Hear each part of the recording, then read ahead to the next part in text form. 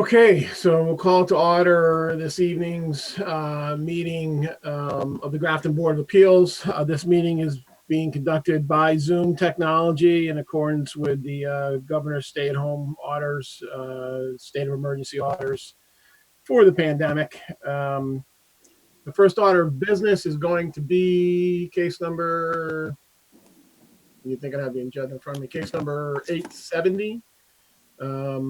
I'm just actually doing a quick, make sure all of our members are here, right? Yeah, everyone's here. Why do I feel like I'm missing someone? Okay, so first order of business is the case number 870, which is a special permit for a 30 by 30 temporary tent for Grafton Grill. So at this time, I'd ask the board to introduce themselves. I'll start. Bill McCusker, chairman. Marianne, unmute yourself. Marianne DeRozier is vice chair. Kay. Kay Reed, clerk. Bill. Bill Yeomans, member. Ryan. Ryan Waller, member. Seith. Seetharaman Ganesan, alternate. Carl. Unmute yourself, Carl. Thank you. Good evening, Carl Parisi, alternate. Bob's not really with us, so Katrina. Trina Koshvo, CBA secretary. All right. Dan, why don't you just unmute yourself? You're here, even though you're not necessarily here for this case. Introduce yourself, please. Yeah, Dan Hill, special counsel. Thank you. So the way we'll proceed is that the clerk's going to read the petition, and after the clerk has read the petitioner will have the floor and will have the opportunity to present their case. There will be a 15-minute time limit for the petitioner. The time limit can be extended with the consent of the board. The petitioner shall present required information, and all comments should be specific. Anyone wishing to speak in favor of the petition will have an opportunity to do so. Any letters in favor will be read into the record. Anybody in opposition will be allowed to speak. Any letters in opposition will be read into the record. The opposition will also have a 15-minute time limit. After all the evidence is presented, the board will enter into a discussion, hopefully come up with a decision. Anyone wishing to speak, somehow you're going to wave your hand or raise your hand. We'll try and get our attention. Hopefully we have a phone access as well for those watching on TV. Please be patient with us. We're going to do our best to recognize that people want to speak and accommodate them to speak. It's important, though, that you state your name and address for the record when you're recognized to speak. Board's going to ask questions from time to time. However, all conversation should be directed through the chair. At this time, at any time during this hearing and prior to a decision being made by the board, the petitioner has the right to ask, has the option to request that the petition be withdrawn without prejudice or continued to a date at which time further evidence can be presented in favor of the petition. So, and at this time, I'd ask the clerk to read the petition. Case number 870, the Grafton Board of Appeals has received a petition from Steve Belfiore, Grafton Grill LLC, for 1012 Ridge Street, requesting that the Zoning Board of Appeals grant a special permit to allow a 30-foot by 30-foot temporary tent on the right side of the parking lot to use as table service. The board will conduct a public hearing on Thursday, June 11th, 2020 at 7 p.m. to consider this request and or to take whatever action is necessary, including the granting of a finding, special permit, variance, or other necessary relief under the zoning bylaw.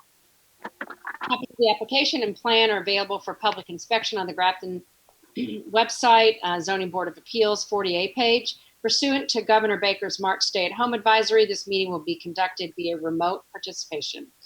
Zoning Board of Appeals, William McCusker, Chair, Kay Reed, Clerk, Brian Waller, Member 2, Marianne DeRozier, Vice Chair, sorry, I didn't do that in order, Bill Yeomans, Member Number 1, Seith Ganesan, Alternate, and Carl Parisi, Alternate. Case number 870.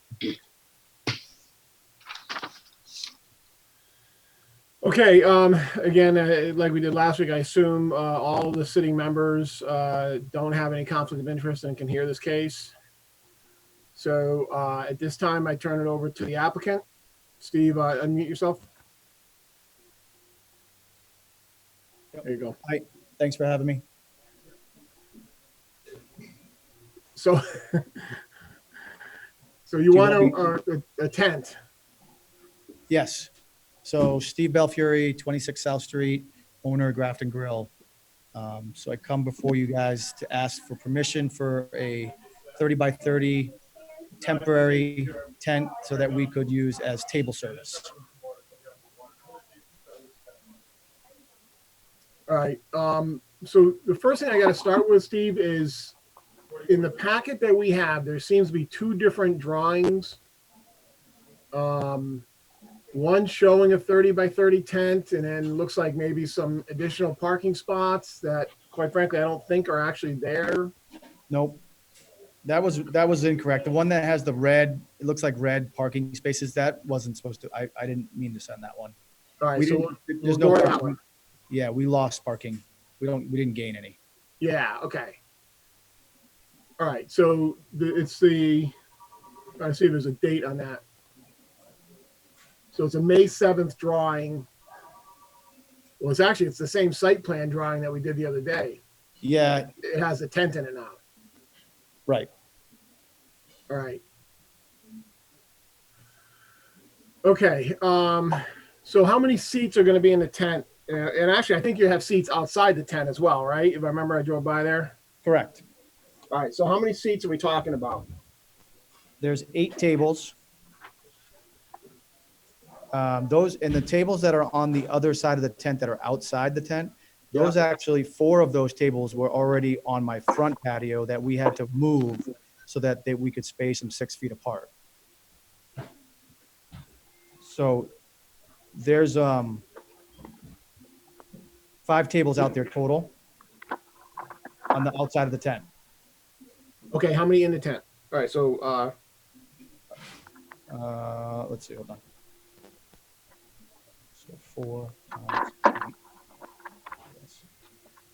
So there's 36 chairs inside the tent, 8 tables.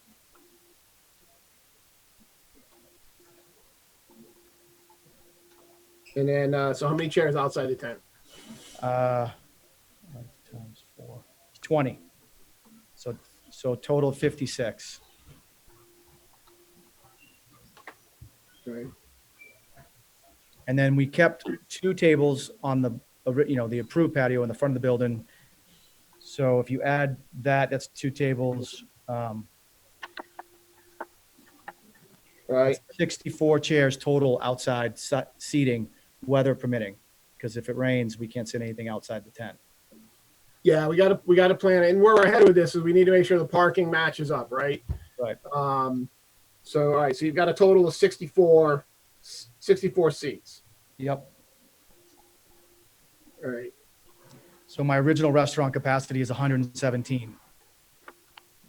So I Okay. have plenty of parking for that original, regular COVID. So we're now 64 chairs total. So parking is better than it ever was. Yeah.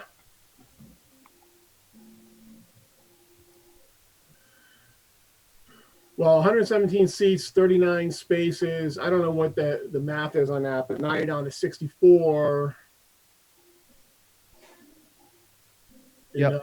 Looks like we've lost 1, 2, 3, 4, 5, 6, 7, 8, 9, 10, 11, 12, 13. I think you've lost everything. If you just look at the way it's set up, I think you've lost everything except the ones right against the building, right? Correct. So that's 3 handicap spots and then 1 additional spot. You still have those. Yes. Yeah, you still have those. In there's 1 spot that's straight across that is actually far enough away from the tent that Okay. you could still park. But all the other ones, so we lost 1, 2, 3, 4, 5, 6, 7, 8, 9, 10, 11 spaces were lost. All right. All right. So you still have plenty of parking. All right. That's good news. Yeah. And I still have a lease with the Mills. That's 25 spaces down at the end there. And then we also have a lease with the new owner of the river property across the river. 15 spaces over there. That's where all the employees park now. So that's not even on my original plan. So all the employees now park on the other side of the river per the landlord agreement. Okay. All right. So I think we got the parking covered. We got the The location of the tent is on the drawing, and that pretty much matches where, I've seen that you've already got it structured. Seems like it's reasonable as far as cars coming in that side and being able to go around the building, parking on the side. All right. I'm not going to repeat everything we just did last week unless somebody requests that I do with respect to establishing that this is a pre-existing non-conforming structure. And, we can use the exact same findings that we used last week for the addition for that. So at this time, any questions or comments from the board? Wow. I have a couple of safety concerns. The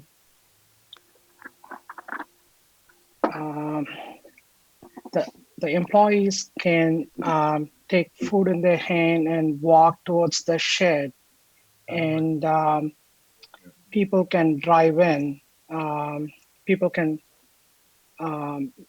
take the drive-through to get the pizza. So will there be any stop sign for the employees? Also, the customers can go to the building to use the restroom. So, if there is any stop sign for the employees to move towards, take the food and go towards the tent, and customers, try to access the restroom, that'll be helpful. I don't know whether it's required by law. I don't know. So that's my only concern. Steve, any comment on? Yeah, so to the first comment about drive-up pizza, that's not what we do. So all of our customers pick up their food in the front of the restaurant. Our pizza oven is in the back of the building, but you don't drive up to it. We don't allow anybody to come up to it and order. Everything is done online. We don't take any cash. So there's no customers. I mean, there are some customers that drive around the building, but there's no pickup back there. So I just wanted you to know that. The pickup process has been going on for 3 months. It's been very, very safe. We haven't had any issues so far. So that's separate. As far as coming in and going to the tent and customers using the bathroom, I agree. I was going to put up some cones, especially on the weekends when we're a little bit busier. So I talked to the chief of police. He thought maybe some kind of cones or maybe even drawing a temporary crosswalk. We're still trying to figure that out because we're trying to see the traffic flow, but I understand the concern and I agree with it, and I will figure something out, but it will be a temporary thing. Probably go with cones because it seems like they're brighter and they're easier to remove and pick up. Thank you. What's the lighting like? Yeah. So I used to rent, believe it or not, there's a light at the end of the parking lot that is owned by the electric company. And I used to get billed $80 a month for it because of the light that's in it. I had turned it off and I'd put an LED light on my building and attached it to my power grid.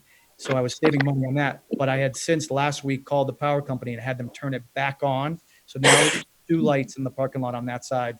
One covers the whole entire tent area and the seating in the back. And then my light, the LED light, covers the whole parking lot, but it covers the front of the tent now. So we did that temporarily to turn on both lights. Sounds good. Bill? Mr. Chairman, Yes, I go have ahead, a Bill. question. Yes, I have a question, Bill. Oh, excuse me, Carl, go ahead. Mr. Chairman, through you, I have a question for Steve. I looked at the drawing. I don't see any handicap parking. Is there going to be any? Do you have any at this time? Yep, we didn't touch the handicap spots. If you look to the right of the building, there's 1, 2, 3, and they're still there, and those are usable. Okay, thank you. Yep, and the signs are valid, and the stripes are on the parking lot. Okay, so this would be at the entrance. Yeah, where they've cars are always gonna be been. pulling Yep. in. And you can pull in, Thank and we put the tent way back enough so that the car can turn in and back up. Mr. Chair, I have a question, Bill Yeomans. Go ahead, Bill. Then, just so I'm clear, Steve, the addition that was approved last week to the left, that's not going to be a pickup area. People will still come in and park and pick up out the front as they do now. Correct. Is that correct? Yeah. There'll be a door in the front of that, so you can pick up but it's not a drive up.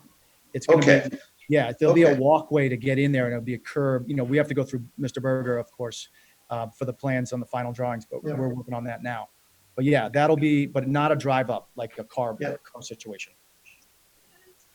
no, I drove, I pulled into the lot this afternoon. I saw that people were working out there and, I think it's a very workable plan and you've done yeoman work, as I like to say.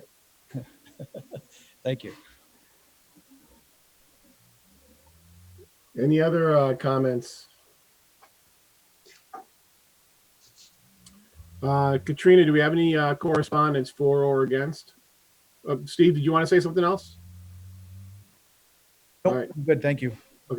The only correspondence for, again, was the neighbor at 167 Worcester Street, who sent an email for both cases that she would like this to be approved. They're a good neighbor and they're a good business in town. Okay.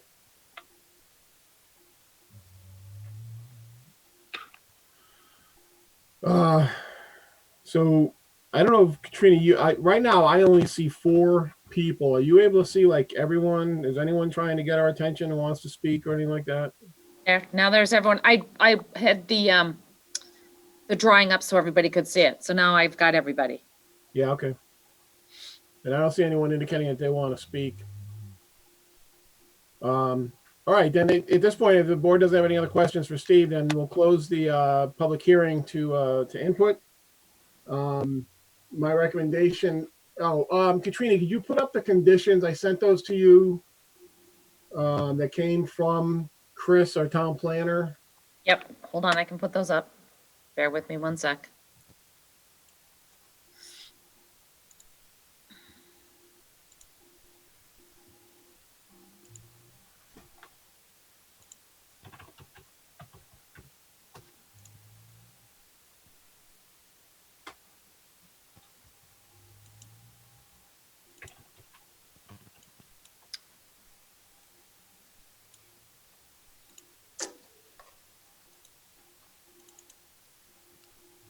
Can you see them? Yeah. Okay, so, and Steve, you want to just make sure we're good with what I'm writing, or you're good with it, but, and obviously the board as well, but these are the conditions that were used with some slight modifications by the planning board for essentially all the other restaurants in town that have the tents like this. I'm just trying to get, okay, so approval shall only take effect upon the commencement of phase 2 of the governor's reopening plan, which of course we're in right now, and shall be subject to compliance with the governor's mandatory reopening safety standards. I think that's reasonable. No time shall the provided seating capacity of associated indoor and outdoor seating exceed the original capacity of the restaurant after subtracting 3 seats for each parking spot temporarily used to accommodate outdoor seating. So I think we're more than covered there. Fortunately, Steve has a lot of extra parking anyways. Even more than what he's actually got on his plan, but even with the numbers on the plan, I think we're good. Temporary approval shall expire on November 1st, 2020. So, if this thing continues on and Steve finds himself operating under a tent next spring, which I'm sure he'll be thrilled to do, he'll have to come back. But, one thing I didn't realize is we can modify these special permits. I'm pretty sure. So I think if he has to come back to us next spring, we'll do it under a modification and not necessarily have to go through, all of the advertising and expense that's associated with that. And then although the conditions of any special permits remain in full force and effect. So we know that Steve has a permit, obviously, for the pizza oven that we did, or the building for the pizza oven that we did last week. He also has a special permit from us for the patio, that front patio. So all those things still remain in effect. Unlike all the other restaurants, most of the other restaurants in town, he doesn't necessarily have a site plan approval or, a special permit from the planning board. It's just, I guess he's basically grandfathered in. So in addition to essentially the same findings that we had from last week, we'll put these conditions on the motion. And I can look for the actual application. I suspect this will be very similar to just a motion that matches the application. So So can I ask a question on the conditions? Sure. Yeah. Who is that? Brian, Oh, there you are. Got it. Okay. Yeah, definitely. Please. so are those the same conditions that apply to every other restaurant in town? Yes. Okay, so there's nothing special about those. It's just they would apply here as well. Yeah. So just in full disclosure, I sent a note to Chris, our town planner, basically saying, what sort of language did you use to condition these special permits or the modifications to special permits? Because that's what they were doing. They were just modifying existing special permits. And that's what Steve basically sent back to me. I tweaked, I think the second one actually referred specifically to special permit site plan approval, which doesn't apply in this case. So I think I tweaked a little bit of language there, but I think the gist of the condition is exactly the same. You know, like a November 1st date, that's what they've got in all the other ones. And I imagine come November 1st, Steve's not going to want to be in a tent anyway. So I don't know, but you know, and we can modify it when the time comes, you know, if that's necessary. Okay. All right. So I'm just looking at the legal notice right now. So it'd be a special permit to, I think it's, what was the name of the entity that owns it again, Steve? It's Bridge Street, no, 1012 Bridge Street LLC. Yeah, 1012 Bridge Street LLC. All right, so the special permit will be to 1012 Bridge Street LLC, requesting a special permit to allow a 30 by 30 temporary tent on the right side of the parking lot. So one thing we forgot to do last time, but we want to do it, is as depicted in Exhibit A, and we're going to, as depicted in the submittal drawing dated May 7th, 2020.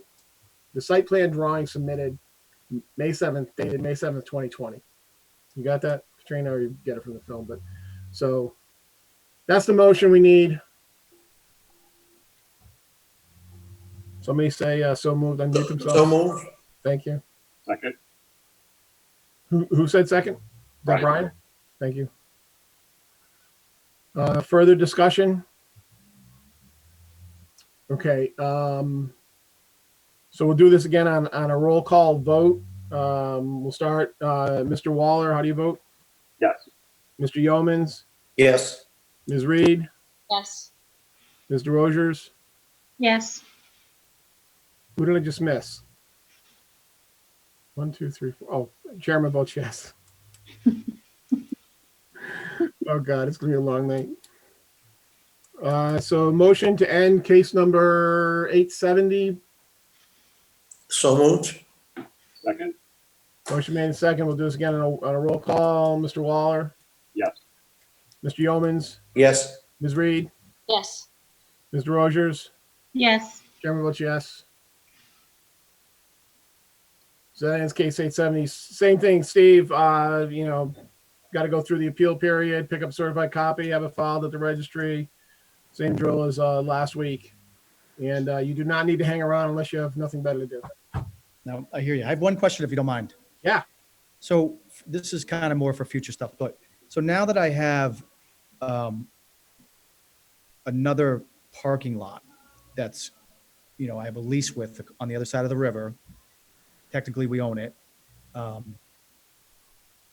How can I get that part of my, you know, because the parking now, as we get more and more involved, I'm not saying I'm going to add any more chairs because I don't have any room for it, but I just like to show, like, that seems to be the biggest problem with, I think, my restaurant is that parking, because we are a restaurant. So if I got rid of the lease with the mills and could prove that I had enough parking with my own property, how could I remove that? Would I need to go through you guys and do a special meeting to have that all updated? I don't think so. I guess the question becomes who actually enforces that you have enough parking? And I would think that's the zoning enforcement officer. So I would think that well, first of all, it's a question for Bob, the zoning enforcement officer. And I think it's probably just something along the lines of, you know, documenting for him where your zoning is. Perhaps you have a zoning permit from him that you would, you know, have to get modified or something along those lines. But I think it's really a question for Bob. And I assume Bob's not necessarily on the phone, or is Bob on the phone? No. So Yeah, so I'll ask. talk to Bob. I think would be your best Okay. bet. And then if anything like this happens again in the future, let's say next summer or whatever, would it be possible for me to use this special permit as, instead of going in the paper for 2 weeks and doing all that, could I amend something like the other restaurants have done with their permits when they're doing stuff like this? I believe you can, Steve, right? So I don't know if it's so much this one, because this is specific to a tent, unless maybe you're gonna increase the tent or whatever. But you have a different special permit for us for that outside dining on the patio. Right. That's the one, when you and I spoke earlier, that's what I was thinking of that is a special permit for outside dining. And I believe Right. that we could reasonably modify that permit. Right. So I think it would be that one that, Okay. and I'd have to just confirm that with town council and all, but I'm pretty sure we could do it that way, which is, it's very similar to what all the planning, all the other restaurants did through planning. They didn't, advertise and, Right. right. So I think that's what we'll be able to do in the future. Okay. Great. Well, I appreciate it. Yep. And Good thanks luck. for all your time. Thanks, everybody. Thank Bye. you. Yep. Thank- All right.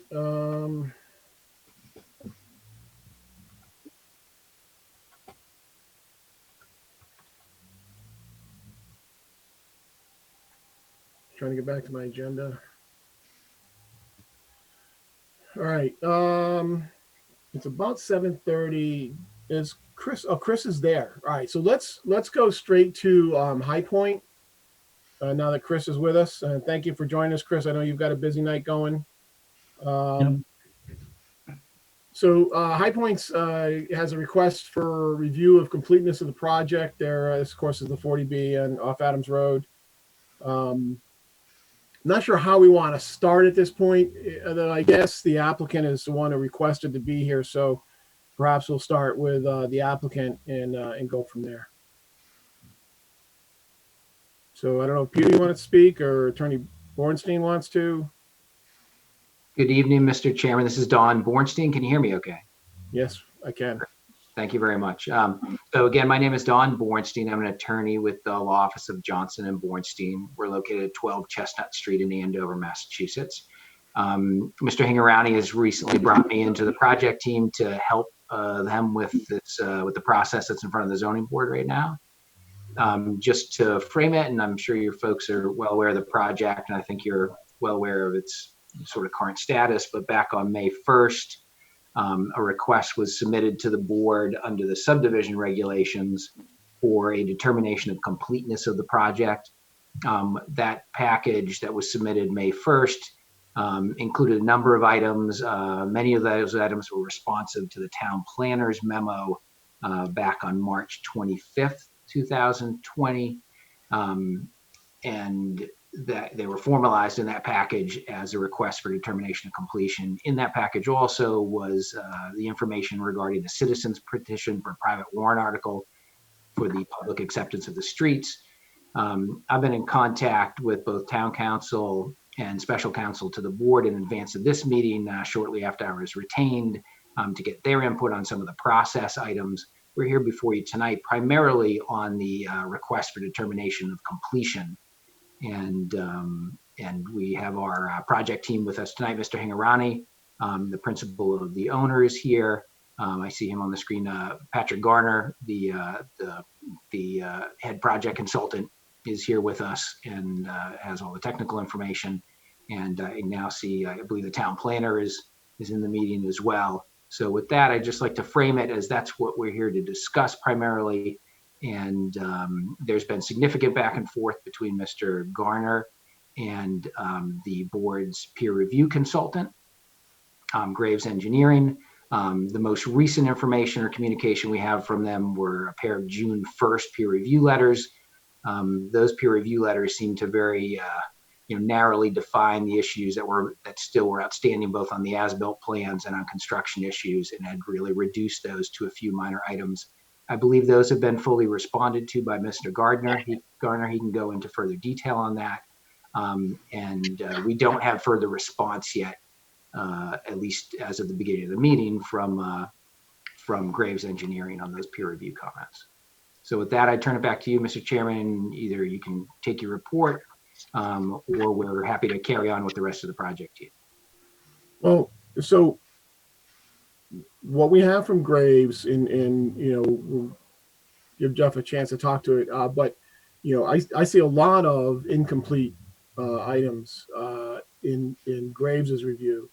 And then I see a March 25th memo from our town planner. And I think the main reason it hasn't really been updated is because there hasn't been a lot to update. That again also has a lot of incomplete. So Attorney Bornstein, you kind of just said that it's been down to just a few things. So where that are in minor, I think is the word you use. So where's the discrepancy right now? Or do we not have all of the communication or? I believe you do. I mean, the items that were in the June 1st letter and it, were responded to by Mr. Gardner to Graves Engineering. And it probably makes the most sense for me to turn that over to Patrick. He explained to you exactly where he got with your peer reviewer. And we'll hear his description of the items that were outstanding as of June 1st through those pair of letters and what actions have been taken since then to address them. Okay, so I'm going to put Patrick on hold for a minute, though. I was actually thinking to hear from Jeff. Dan, what do you think we should be doing at this point? And you're on top of what's going on as well. Yeah, so I would actually organize this a little bit differently. I think we should start with the checklist for the certificate of determination of completeness, and that's the checklist that Peter Ingarani had filled out and given to the zoning board, which started this whole process. And this process is basically trying to mirror what the planning board does for conventional subdivisions, and that is to basically check off all the things that a developer needs to do in order for a project to be closed out and for streets to be put before a town meeting to be accepted as public ways. So on that checklist, one of the big items on the checklist is Graves Engineering review of the completeness of the construction of the project. So that's probably the main focus of tonight's discussion. But there's also a handful of other things which might be minor, but I think are still unresolved. And that's, maybe we can get those answers tonight. And one big thing on my list was the water department, the water district. Have they signed off on the completion of all the water utilities on the site? And the last thing I knew that we didn't have that. And another big thing was, has this meeting even been published? I mean, there was a requirement that the notice for this meeting be published in the local newspaper. And then, of course, the big ticket item is Jeff Walsh's review. So, and then under Jeff Walsh's review, I think there are 4 major items, and Jeff will go into those tonight.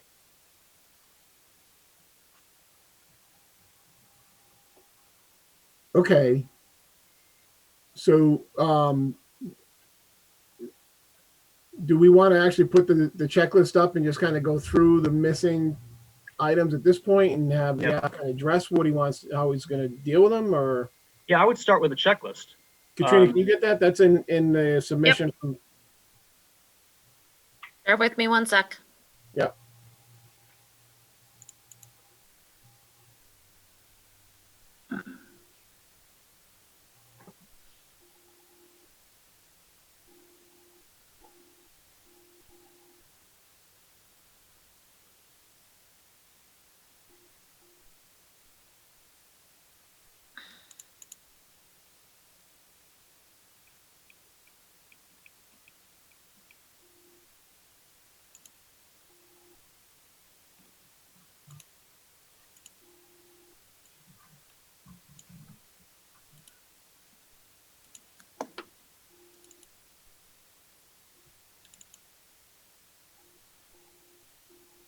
Okay, there you go. Can everybody see that?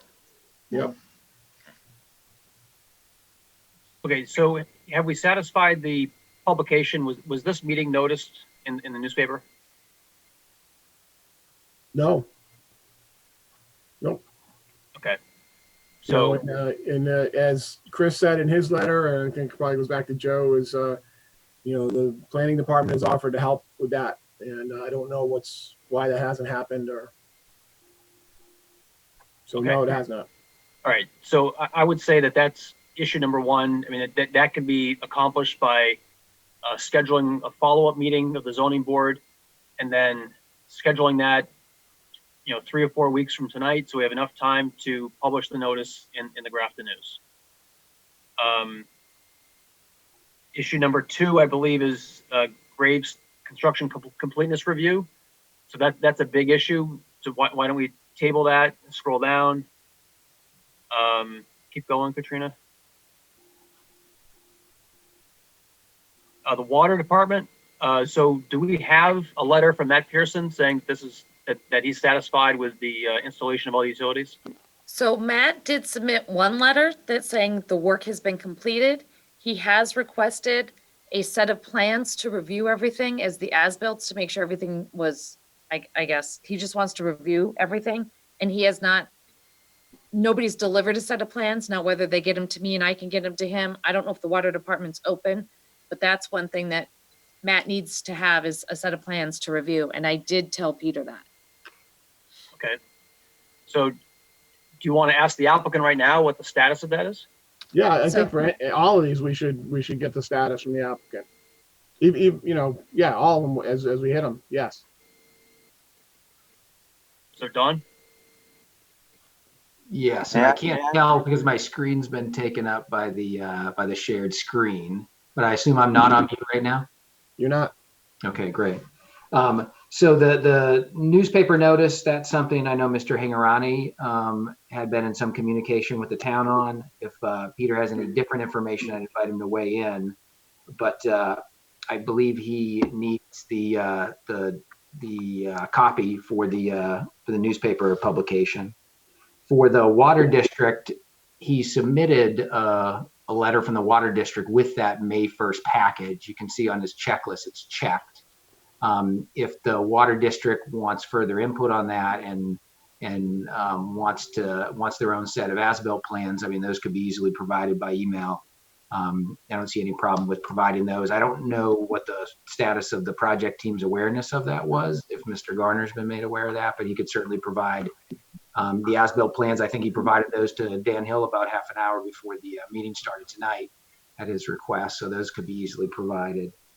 The Graves review is something that's been ongoing for some time. I've seen letters at least from February, I believe March, April, and then again in June.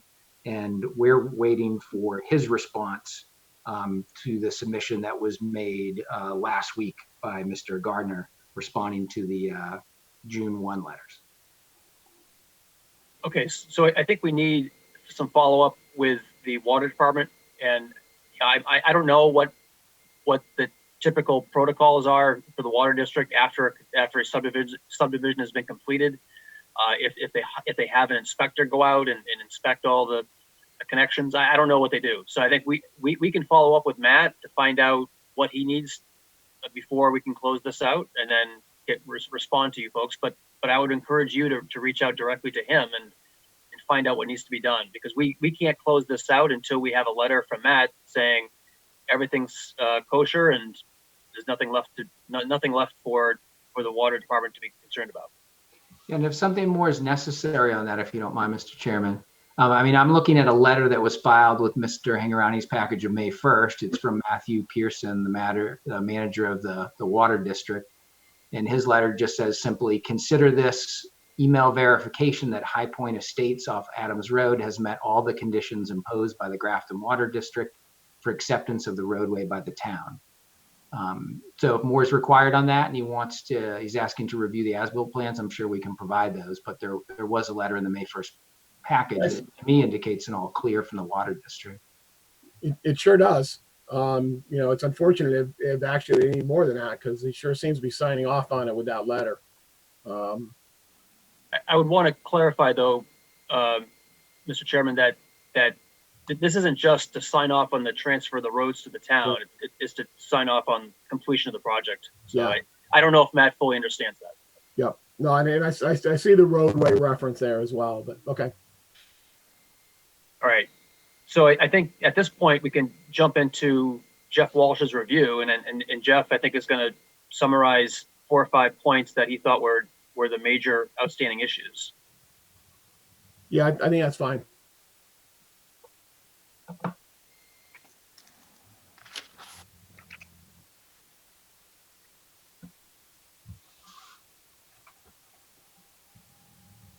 You're muted, Jeff.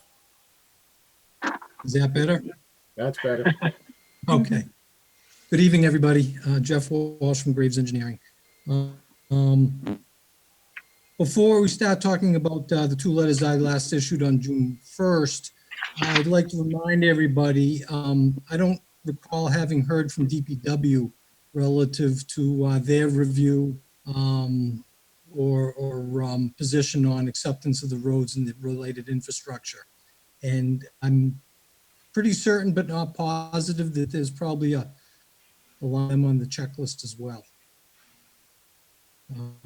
Nevertheless, to move forward, typically when we go through the 40A subdivisions, and this is the process we're following, I've typically done a site visit with the applicant team, DPW, and the town planner. That hasn't occurred yet. That's coordinated with the developer. Nevertheless, you know, I have been involved with this project since the shovel first hit the ground. Quite familiar with what's going on. And nevertheless, you know, the Graves Engineering review letters and so on and so forth, it's Graves Engineering opinion, but I cannot speak to DPW on their position. Nevertheless, I want to speak to 3 or 4 issues that I feel are major issues in those 2 letters I last issued on June 1st. The ones I gloss over, we can get back to afterwards. But nevertheless, you know, they require light lifting, if you will. I'd like to call your attention, first of all, to the June 1st letter that's called the As-Built Plan, Acceptance Plan, and Legal Descriptions Review Letter. And if you'd refer to comment 29C on page 4. This comment has to do with 2 drainage easements, one that runs across Jeff. the back of lot. Yeah, Jeff. Katrina, are you able to get that? Yeah, hold on a sec. Just want to make sure everyone else can see it. Yep. Certainly. So, Jeff, you said 29, and then was there a letter you said as well? C? That's correct. C, Charlie, C, Got it. 29 Charlie.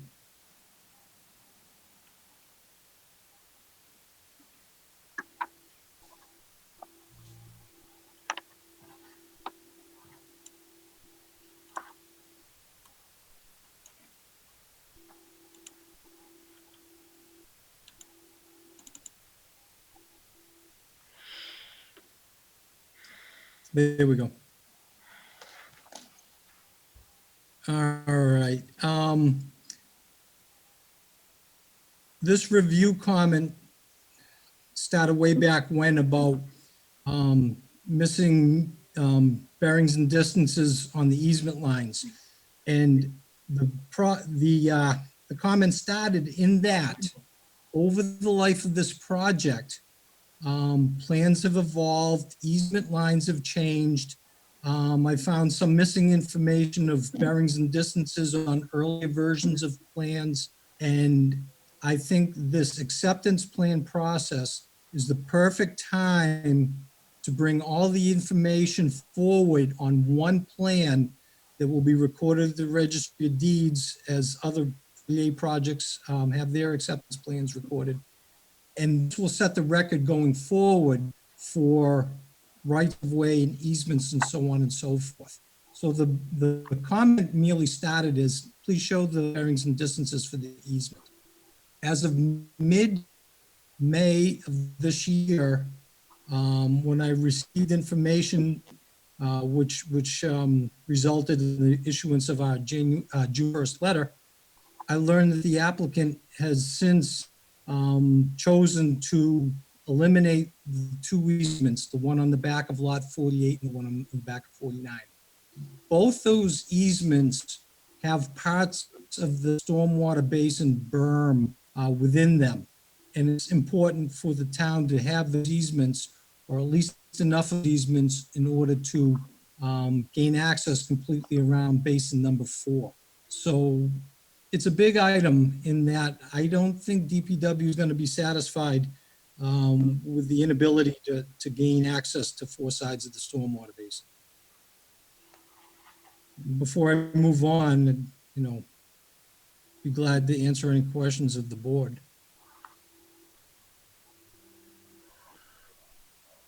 So what I'm hearing is that parts of the drainage system that are going to get turned over to the town will not be accessible to the town. Is that roughly That what is you're saying? correct. Yeah. Yes, Mr. Chairman. And that sure sounds like a problem. And so then but I think this project in general has a problem because when a comprehensive permit was issued, I think the issue of easements was not addressed, if I remember correctly. Am I mistaken that there's really no specifications of where easements need to be provided to provide access? And maybe my question is, he's chosen, you say his easements paralleling rear of lots 48 and 49 were eliminated and referred to easement modification plan dated March 13th. So he can just do that? Or is that part of what you're asking? I was at a loss. Quite frankly, an 81X plan is a retracement. They claim, I got an email afterwards saying it was 81X that was recorded at the Registry of Deeds that eliminated that. And I looked it up online and sure enough, it was there. Has the language. I've been provided a copy of that plan that without the recording information, but nevertheless, the plan's there, but I'm not aware of the ZBA ever having approved the elimination of these easements.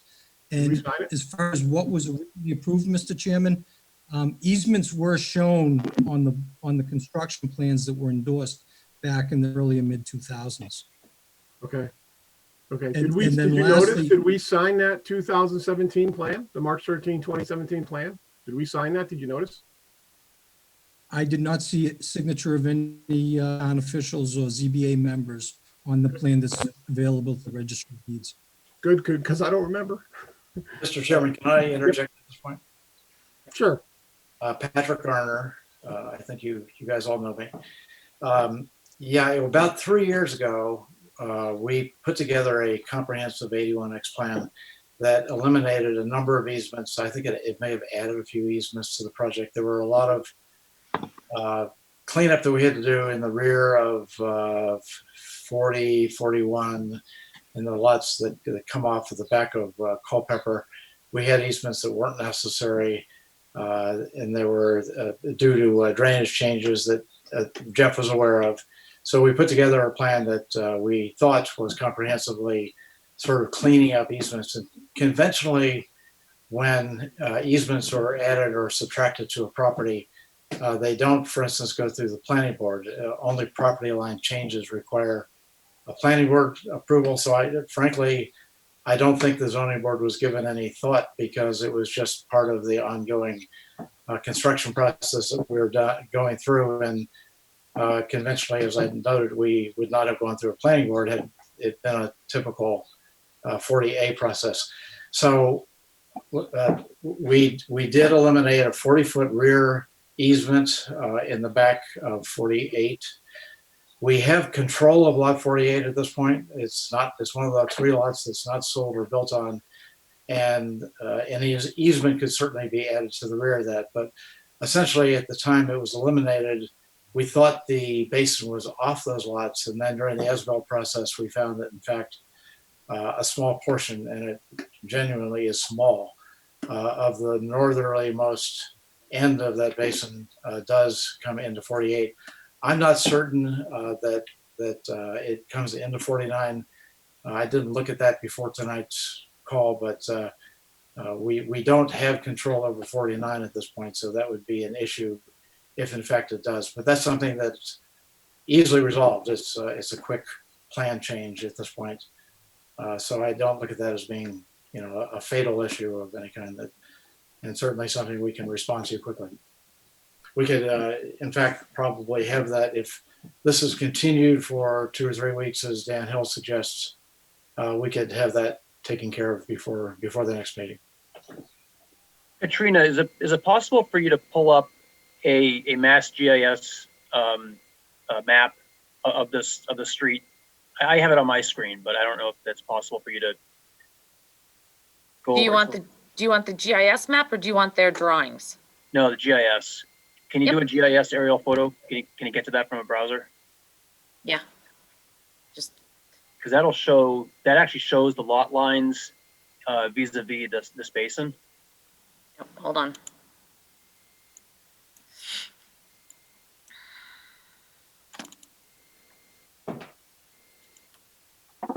If I may, while Katrina's looking that up, I want to remind everybody that not only am I talking of the impoundment area for water, but I'm talking about the width of the top of the berm from which maintenance access is achieved.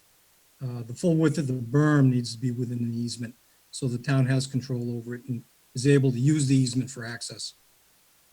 And Jeff, how about just access to that area? I mean, from the road to that area, is that easement, is that what we're talking about? Or are we This- talking about? Go ahead. We're not, I'll interject here for Jeff Pat Garner again. We're talking about the easement that parallel the rear of 48 and 49. There is another 40-foot easement that comes off High Point Drive down from the front into the back for Okay. machine access. That's a different animal, and that's still there. So we're talking about an easement that provides working space to maintain the structure. Okay. Exactly. Yeah. Yeah, and we do have that precisely located, including the toe of the basin, so that can be determined and. Okay. So it sounds like this actually is an issue that can get resolved pretty quickly. Well, Yeah, that's my opinion. It shouldn't be. I'm not sure about that. Okay. It looks to me like the basin is encroaching on lot 49. Is this what you were Katrina, looking for? With Is this what- shared? Can you pull up an aerial? Is that possible to switch over to aerial? Yep, let me get in there. Hold on. I got one for you. I got a plan with some colors. Can I give it a try? What you're gonna see is you've got lines in orange, the basin access in yellow, and the easement lines in pink. So the yellow 90-degree bend with the two radii, that's partly on lot, oh shoot. What? This looks like it looks backwards to me, but as far as which side lot 48 and 49 are on. But nevertheless, Katrina, if you want to share if you can share the screen with me, I can pull it up. Okay, hold on. Oh, come on. this is lot 49. This is the piece of the easement that's needed for this access right here. This is lot 48. Yeah, it's And kind of this- hard. It's kind of hard to see, Jeff. It's just a filter. Sorry, okay. Hold on. Is that what you wanted, Dan? Yeah, there you go. Can you zoom in? Well, no, that doesn't show the lot lines. No. Can you? I can you share the screen with me? I don't know how to do that. Oh, Dan, do you have something on the bottom of your screen that just says share screen? yeah, I do. Okay. Now, the host has to disable it. So what, I have to disable mine or enable yours? There's some function where you can allow people to share screens. Hi, Chris McGoldrick, town planner. So Katrina, if you just go on the side, if you find, actually, if you hover your clicker over Dan Hill's, sorry, go down to share screen on yours, and there should be, when you hover over that, there should be a little arrow. And if you click on that, it should be able to allow sharing for. It's not letting me. It says new share. No, so exit out of that. So stop sharing. Okay. Yeah, so if you go down to the share screen, there should be an arrow that pops up to the right. Oh, They hide all the buttons in this. okay. Everybody should, I put all panelists can share and all panelists can share when Yeah. someone else is sharing. So there we go. Hopefully.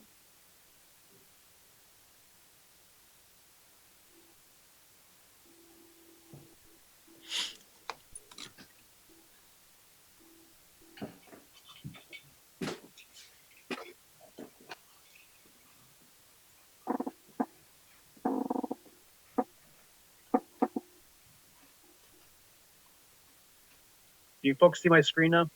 Yes.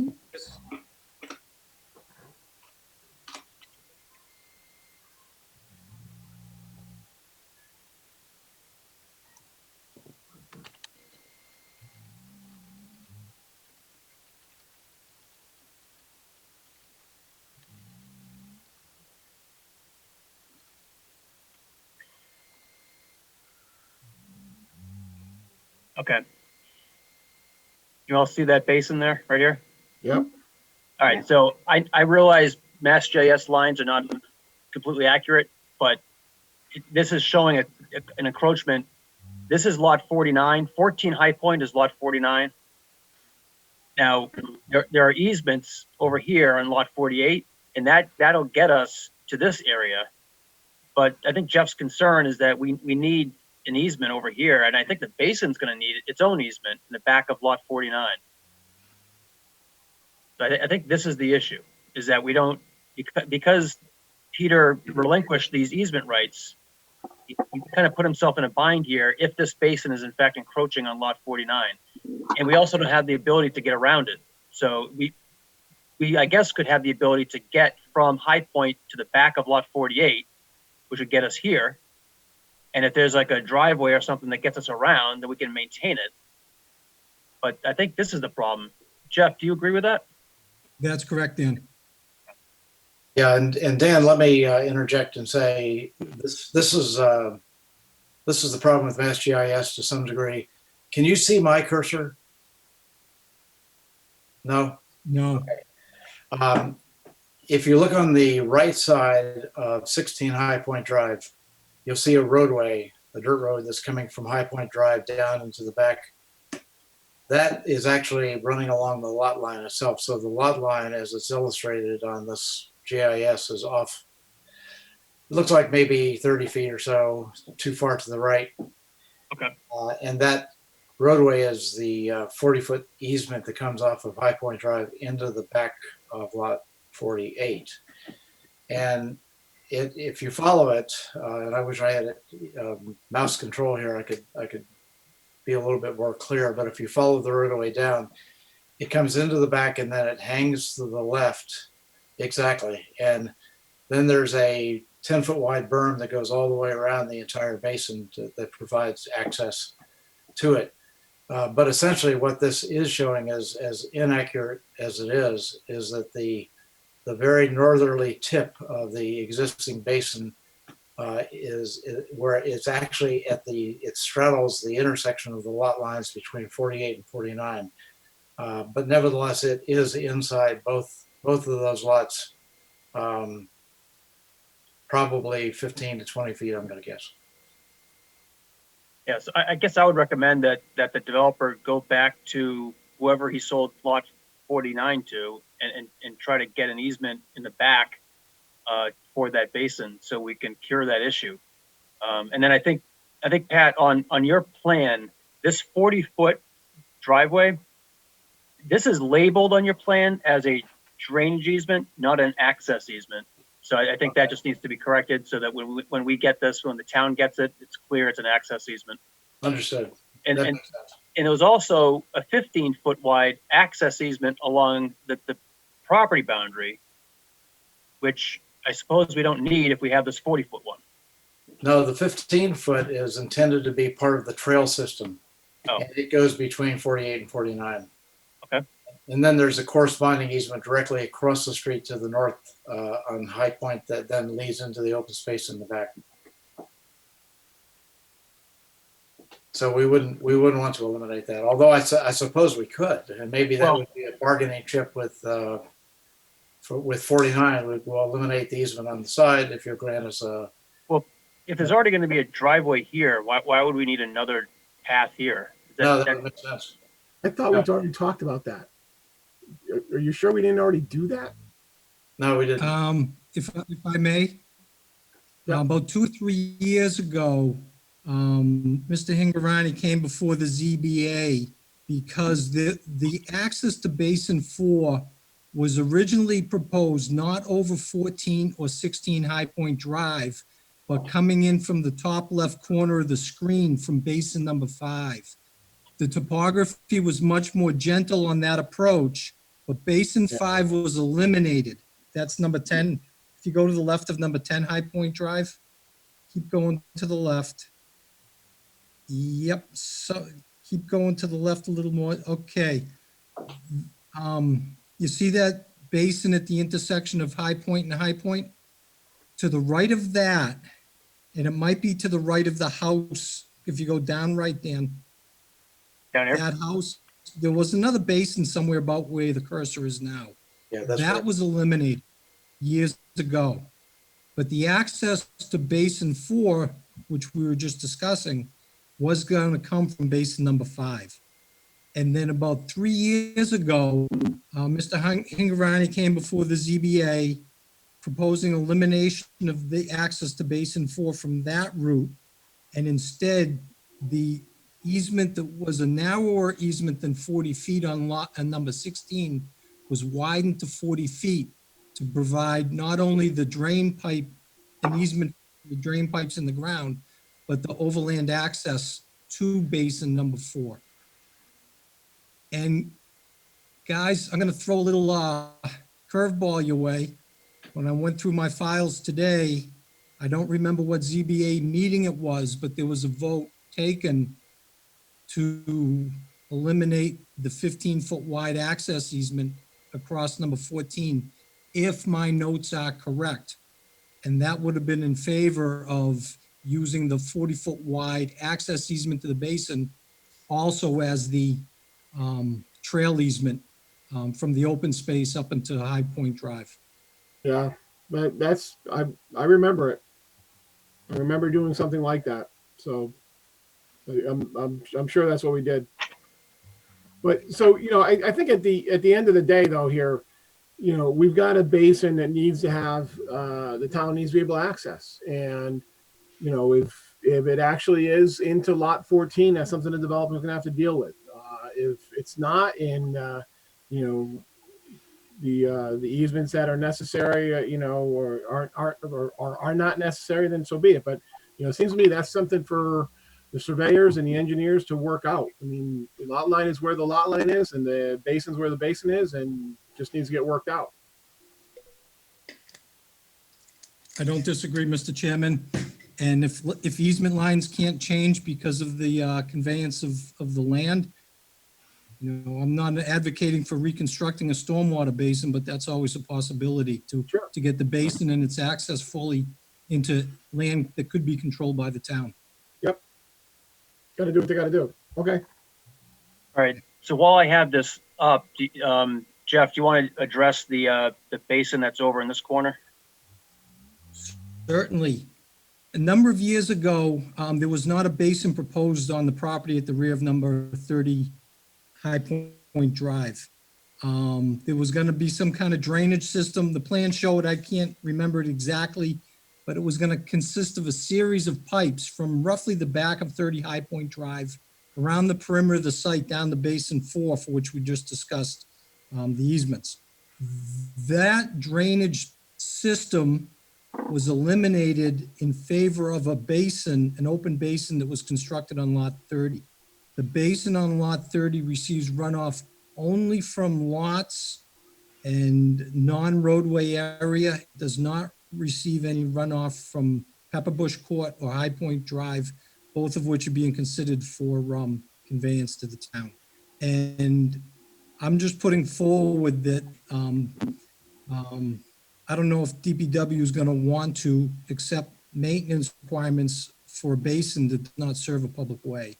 Mr. Hingarani is now proposing that be that be accepted by the town. Quite frankly, I have no recollection if we ever discussed who was going to be responsible for its maintenance back when it was proposed, but nevertheless, I could dig through my records and see if I have any notes.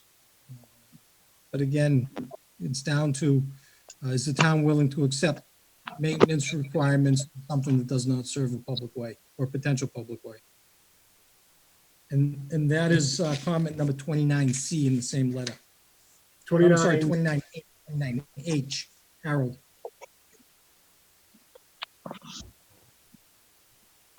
So did we lose Dan? No, I'm here. My laptop crashed on me, but I'm on my phone now. Okay, all right, so he's listening. Katrina, can you bring back the Jeff's letter so people can see 29H?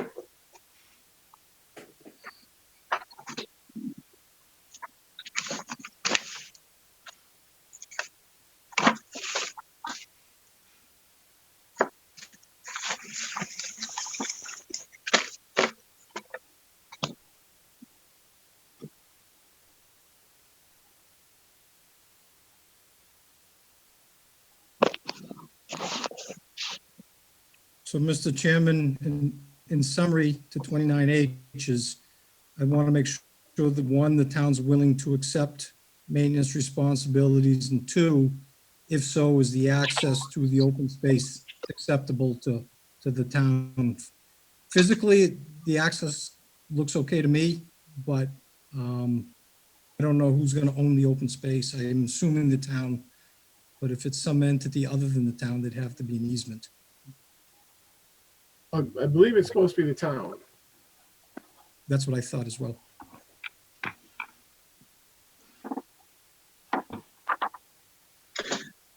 So I think the question, Mr. Chairman, is does the town even want this? This easement, this basin only serves the lot runoff, not the road runoff. So I guess it's kind of a question here of, is there any precedent for the town to take these kind of drainage facilities that aren't related to the public works that the town is acquiring? It's a really good question. Is Chris still on?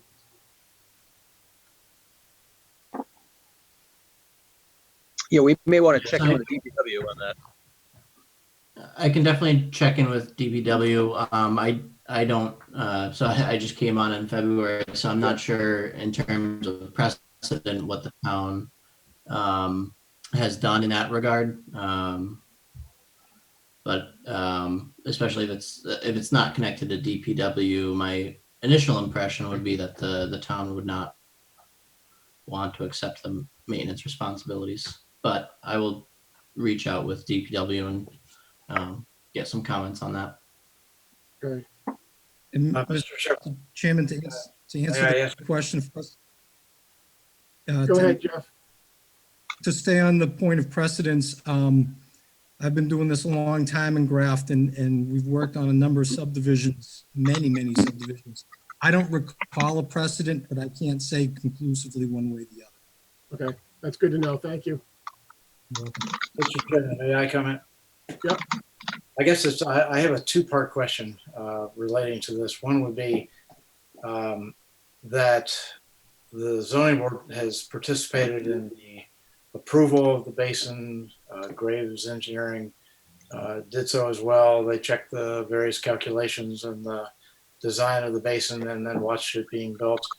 The issue of maintenance and who would maintain it has not come up ever, to my knowledge, until the last 25 days, 60 days.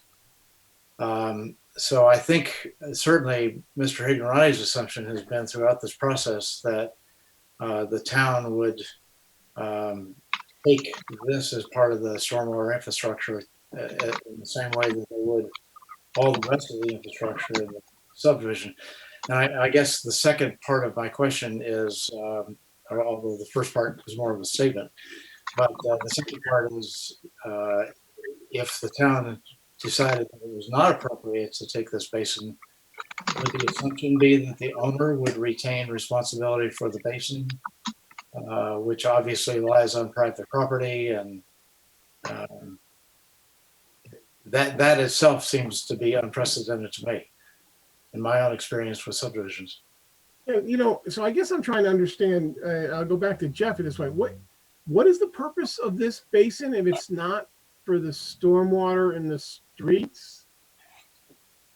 The reason it's there is a little valley that goes off the project about where the basin was constructed, and the inherent change of wooded area to lawns and rooftop and such, it created a calculated increase in peak rate of runoff at that particular point. And the basin was put there to reduce the peak rate to less than post-development peak rate, less than pre-development. Yeah, so I think we need to get with DPW and others in the town, see what the precedent has been. I understand Mr. Gardner's point, but as someone who was here at the beginning as well, discussion of these basins that are necessary to do the right thing with runoff, fine. Who actually going to take ownership of them? I don't know that we really got into a lot of detail on that. Yeah, I agree. Here we are. So let's figure out who or what the right person or entity is to be taking ownership of these. And I will say, for what it's worth, and Jeff is aware of this when he and I did our last walk around the subdivision a few months ago, there's a long swale that comes from the cul-de-sac on Pepperbush Court. The swale doesn't intercept, as Jeff notes, any runoff from the driveway itself, but it runs along the back of those three lots into the rear of lot 41 and into the basin. To my knowledge, through these many years that it's actually been existing, it's never carried any runoff of any kind. It just is sort of lays there.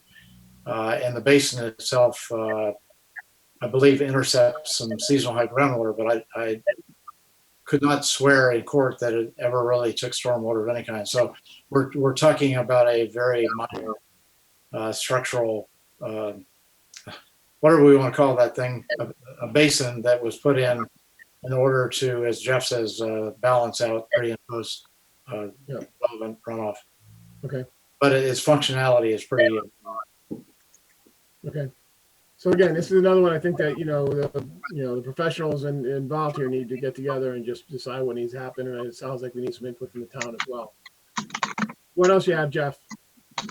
Like to switch to my other letter, the construction completeness letter. I'd like to go to comment number 31, please.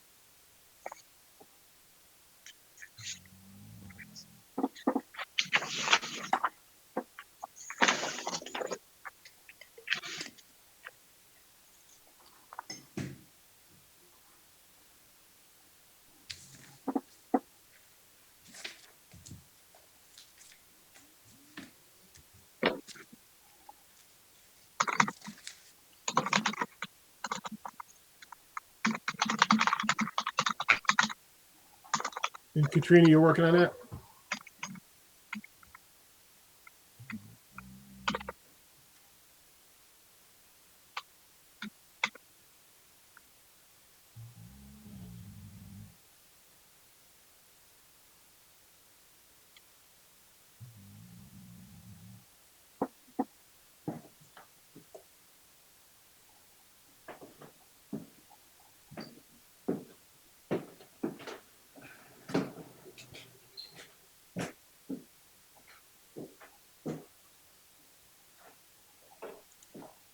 Jeff, what comment? Number 31 on page 7. Okay.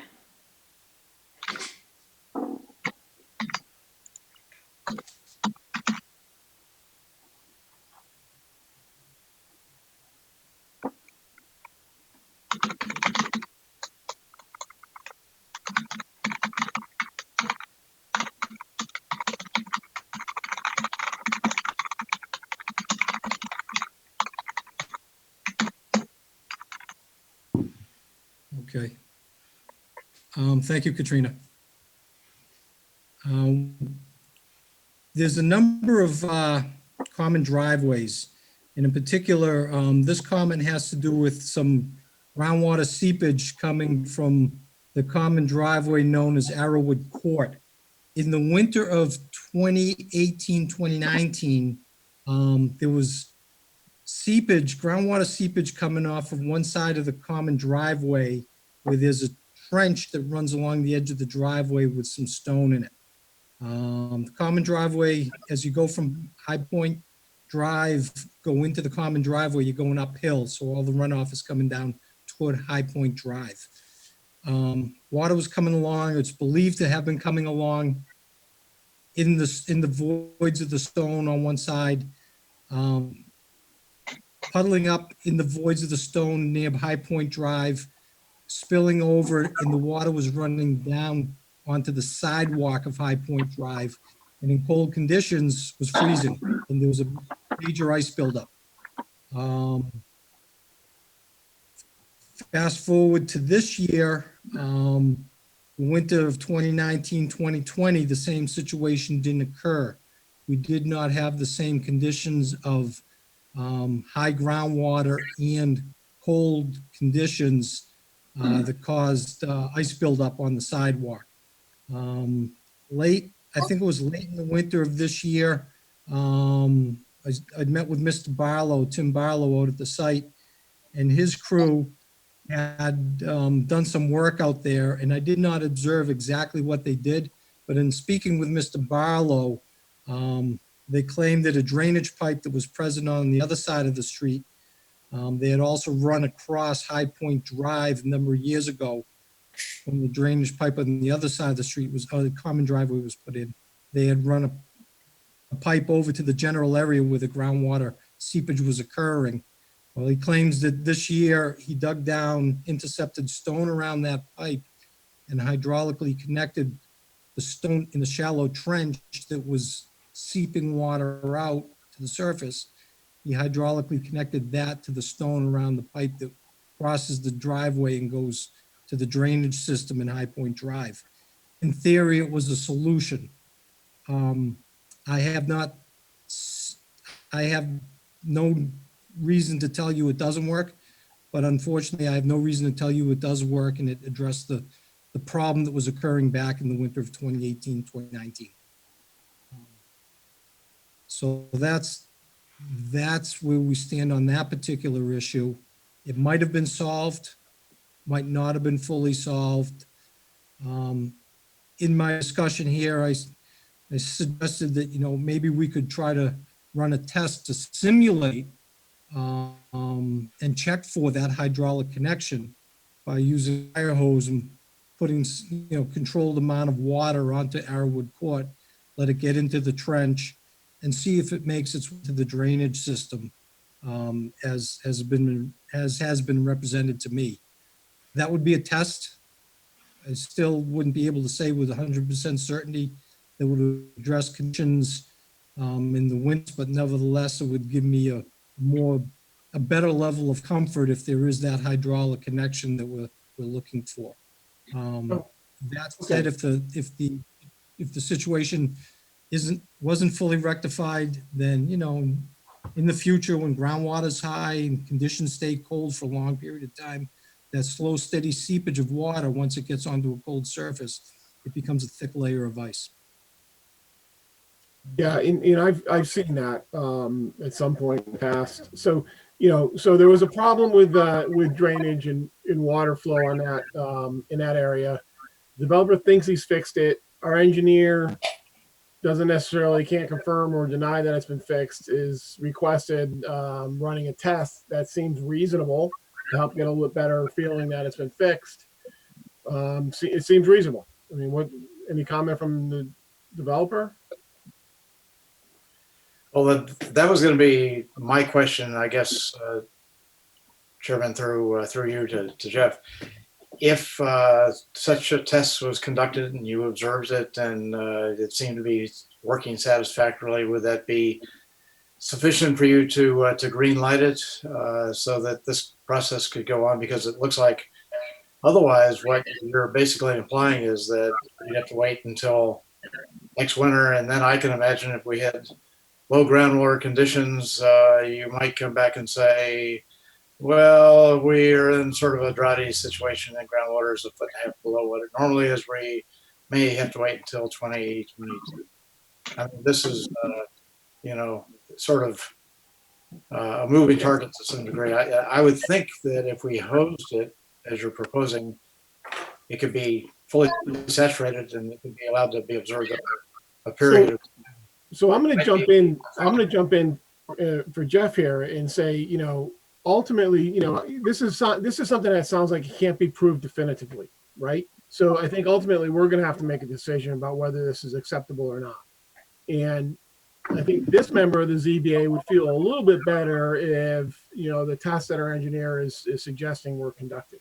So I think it's something along those lines. And I get exactly what you're saying, Mr. Garner. I mean, we could be waiting for, the next storm of the millennia, or something like that. And, that's not fair either. So, but there was a problem and it may be fixed or may not. But, this member of the board would like to know a little bit more comfort that it's been fixed. Okay. Bill? Go ahead, Bill.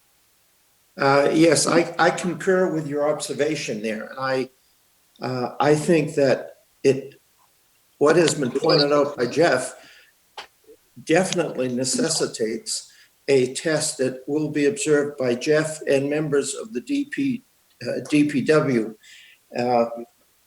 I recall that we've just spent close to $1 million fixing a drainage issue on Stowe Road that was caused by engineering that appeared to be an inadequate engineering at that time, along with perhaps the materials weren't as sophisticated as they are today as far as drainage. So I think to protect the interest of the town, I would expect that this would be also done and to the concurrence of DPW. Okay, thank you. What else? Go ahead. Mr. Chairman, the last thing I'd want to do is put a moving target in front of certainly my clients or even any developers, and that's not my intention. Sure. This is a tough one, and I know Pat's not picking on me. I'm not. But no, I know. Nevertheless, I come from a construction background, a research background. I know when you got to collect data and when you got to look at things, when you have a level of comfort in your data and when you don't. Observing the conditions of a simulated test would make me much more comfortable, but I wouldn't be able to conclusively say, unless I see something that's just shocking, I doubt I'd be able to conclusively say, this is it. I am 99% certain to say that this is going to be all right.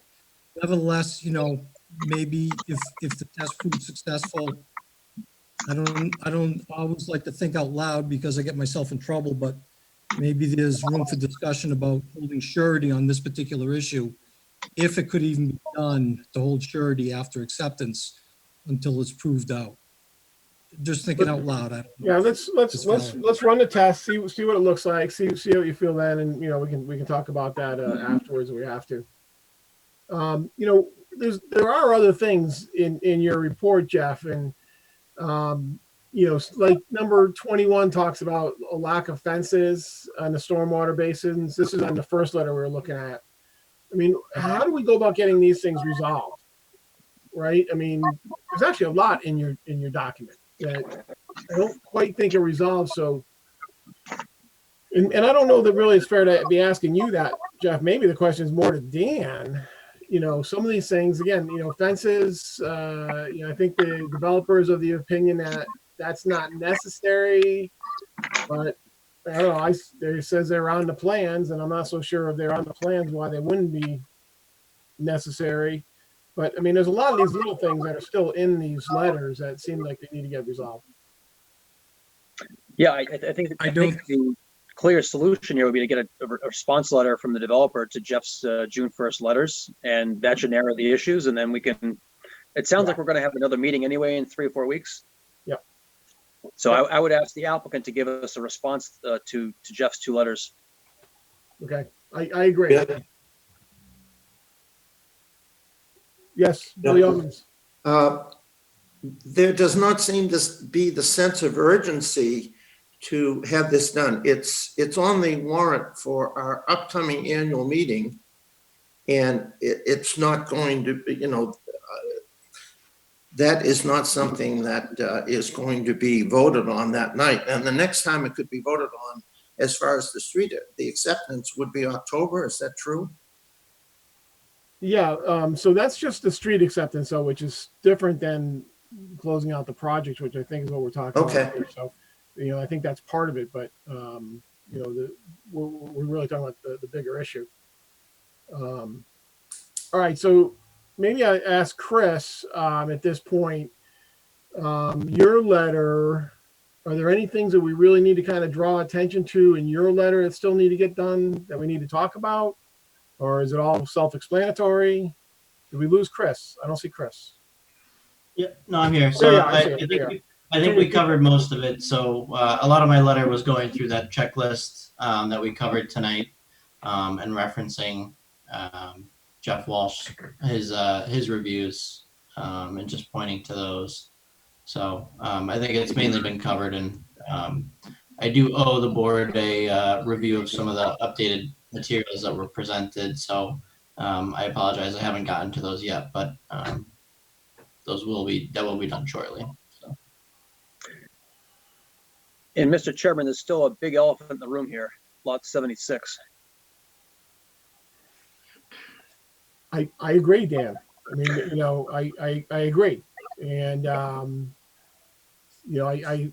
can envision a point in time where, all of the small elephants have been addressed, but, the big elephant's still there. And I assume at some point this board's got to make a decision to accept or not that the project's complete. And I think we'll have to weigh in at that point, whether that factors into the project not being complete. I mean, seems like it would. I don't know. I mean, do you have any other thoughts about I don't know what we can do about that other than having the applicant try to resolve that? Well, Jeff, do you want to summarize your current thinking on that issue? My current thinking is that Mr. Garner submitted a report. I don't know, about a month and a half, 2 months ago. It came about for the first time I saw it when I issued when I was receiving documents to issue the June 1 letters. To boil it all down, Pat, correct me if I'm wrong. I don't want to speak for you, but I'm going to try to interpret what you said in your letter. Is that when the complaint was filed by the owner of lot 76, the upgradient areas that were contributing runoff toward lot 76 were under development. The ground cover was not vegetated, and the runoff associated with that type of ground cover is greater than the runoff generated from the type of ground cover that's finally been established, grass on the lawns and so forth. And in addition to that, there was a temporary settling basin constructed at the up gradient of the area that the woman of lot 76 complained about. And that temporary settling basin is in fact still there and functioning. And those two issues, the temporary settling basin still working and the vegetative cover that's been established on the upgradient area, has improved the conditions compared to when the first complaint came in. And beyond that, Mr. Garner mentioned about dry leaves in a culvert. And I saw the same thing, dry leaves downstream of the culvert in some silt fence. And that tells me the same thing that I think Pat said, was there's not water flowing, or there hasn't been water flowing there since the leaf litter fell down, because the leaves are all still fluffy and such, they're not matted down. So I don't dispute the report put out by Mr. Garner. I can't corroborate it, but it makes sense. And based on what I saw after I read the report and went to the site, I have no reason to refute it. Yeah, Mr. Chairman, if I can interject and just sort of confirm what Jeff's saying, since this became a contested issue, we have been going out. I do a huge amount of stormwater monitoring for other projects as well, so I track storm events and the quantities over a 24-hour period. So we've been going out on the sideline to lot 76, looking at whether we have runoff, in fact, coming down that contested line during every storm event over the last few months. And we haven't observed any runoff. It's been just bone dry, which frankly has surprised me a bit because I was out there a few years ago when it was running like a river. We did have a larger storm event, and I think many of us who've been involved in this for a couple of years remember the video that I think the owner of lot 76 showed us that was impressive. But as Jeff says, we had the immediate upgradient lot was completely bare, and we'd had numerous problems with trying to control the erosion on that lot because of the steep slopes. And there was another lot in addition that also contributed to that same watershed, and it was not fully grassed.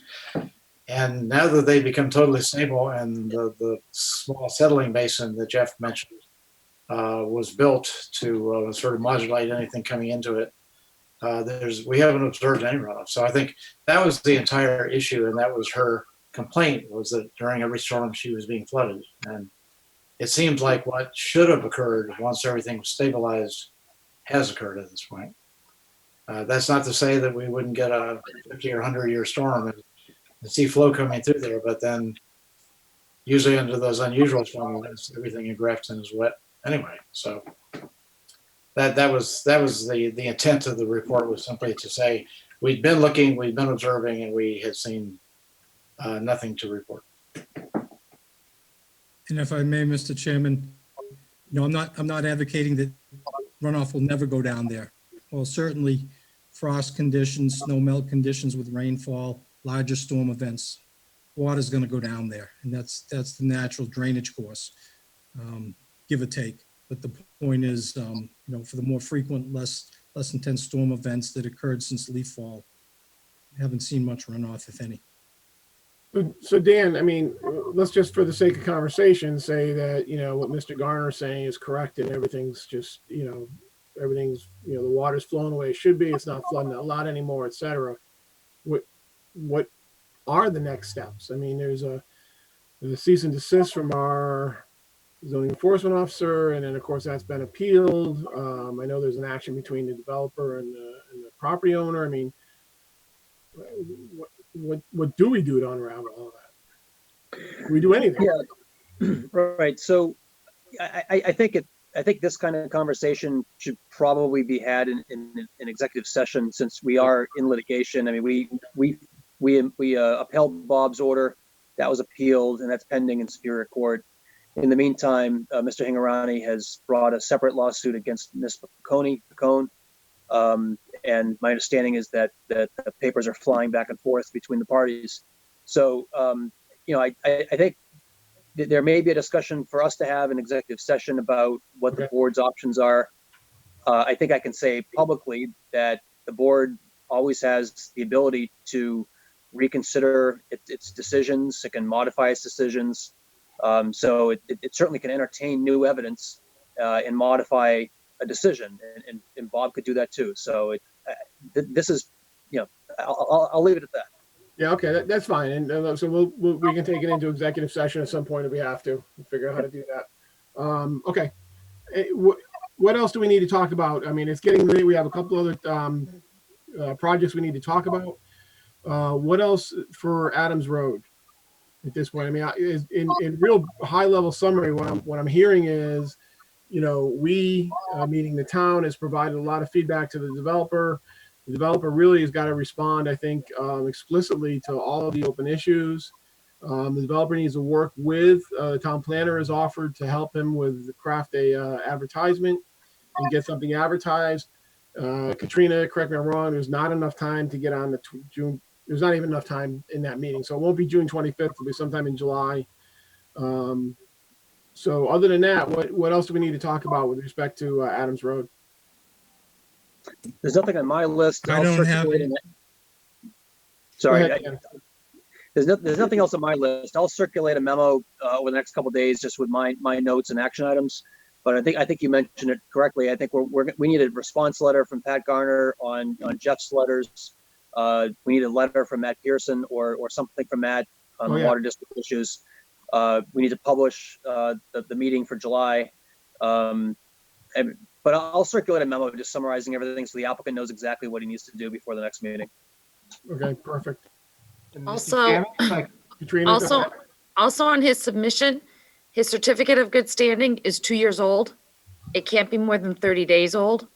So he needs to get that. If he needs my help to get it, since the public's not allowed in the building, I can get that for him.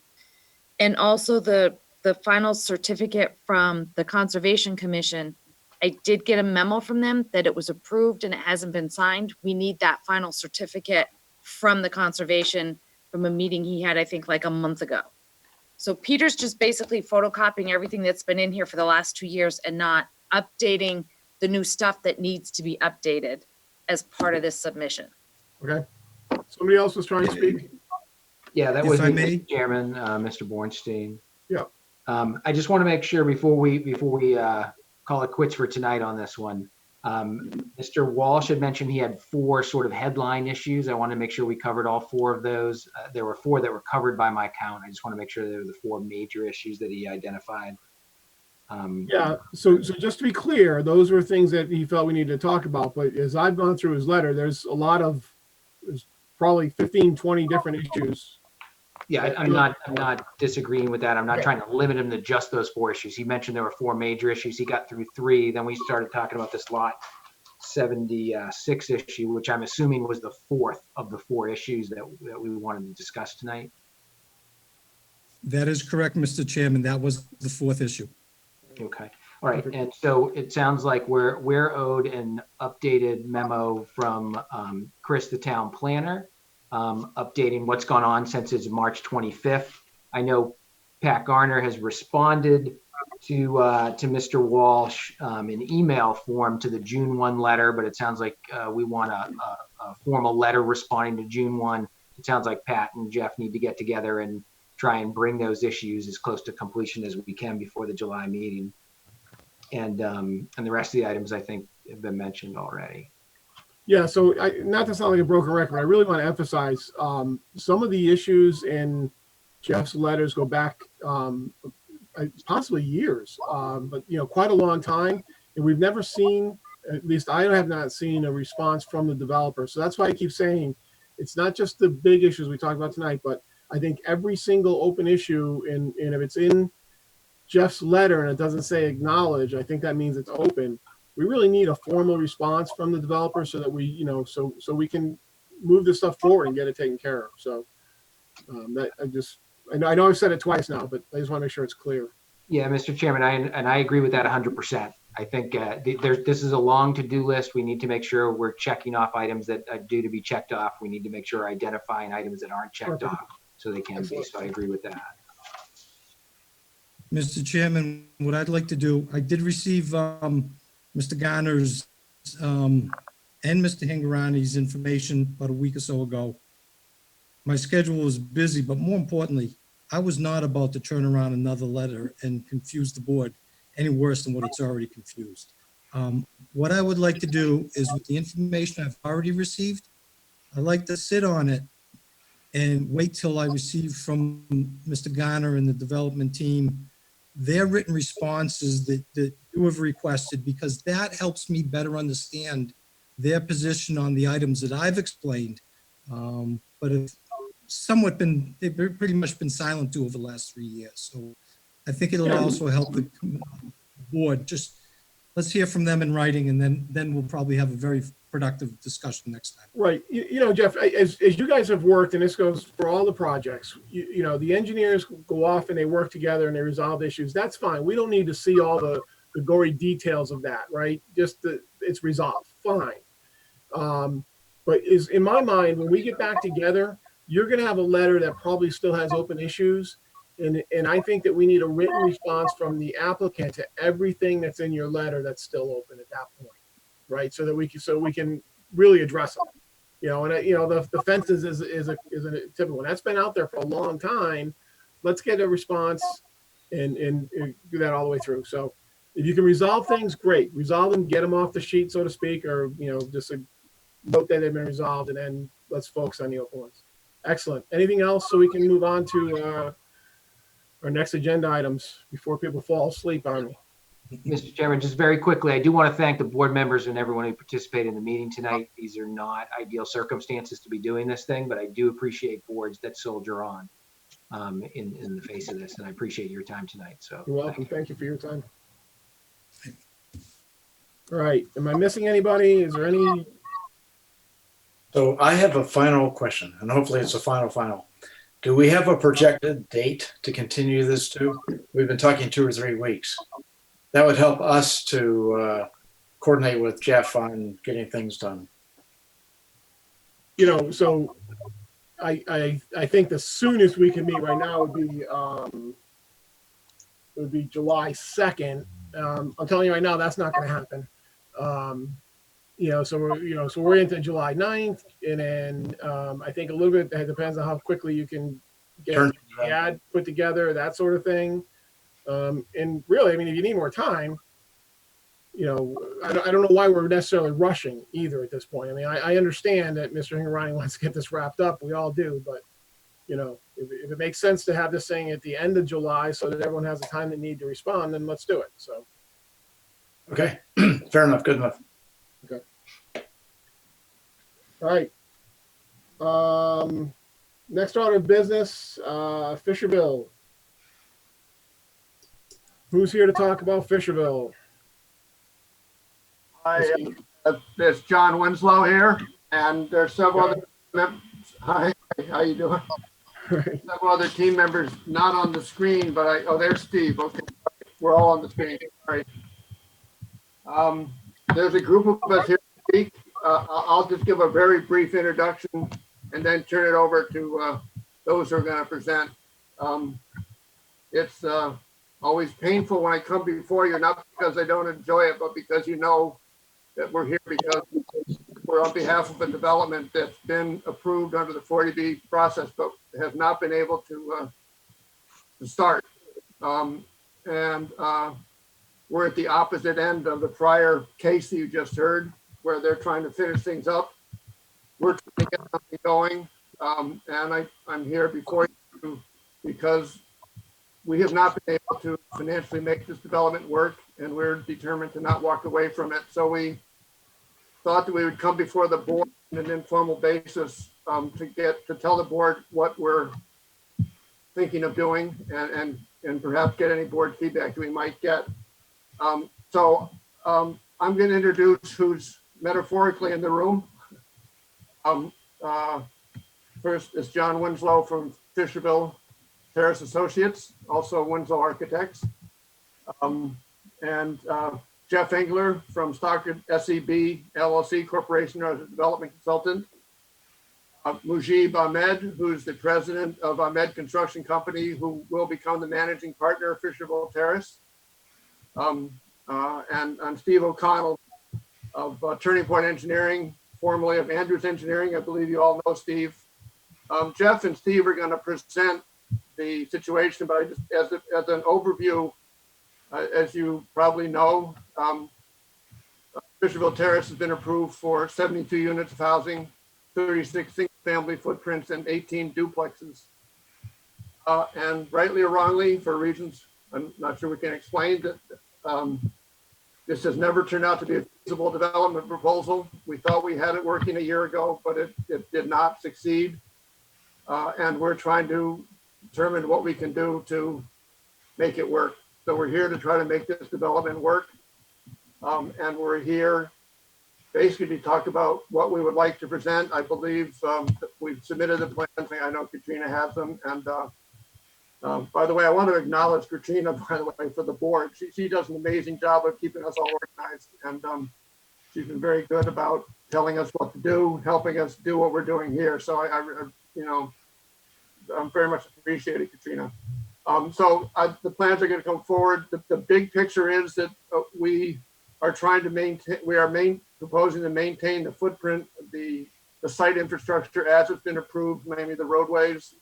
There'll be a little tweaking of drainage. We do need to increase the number of units.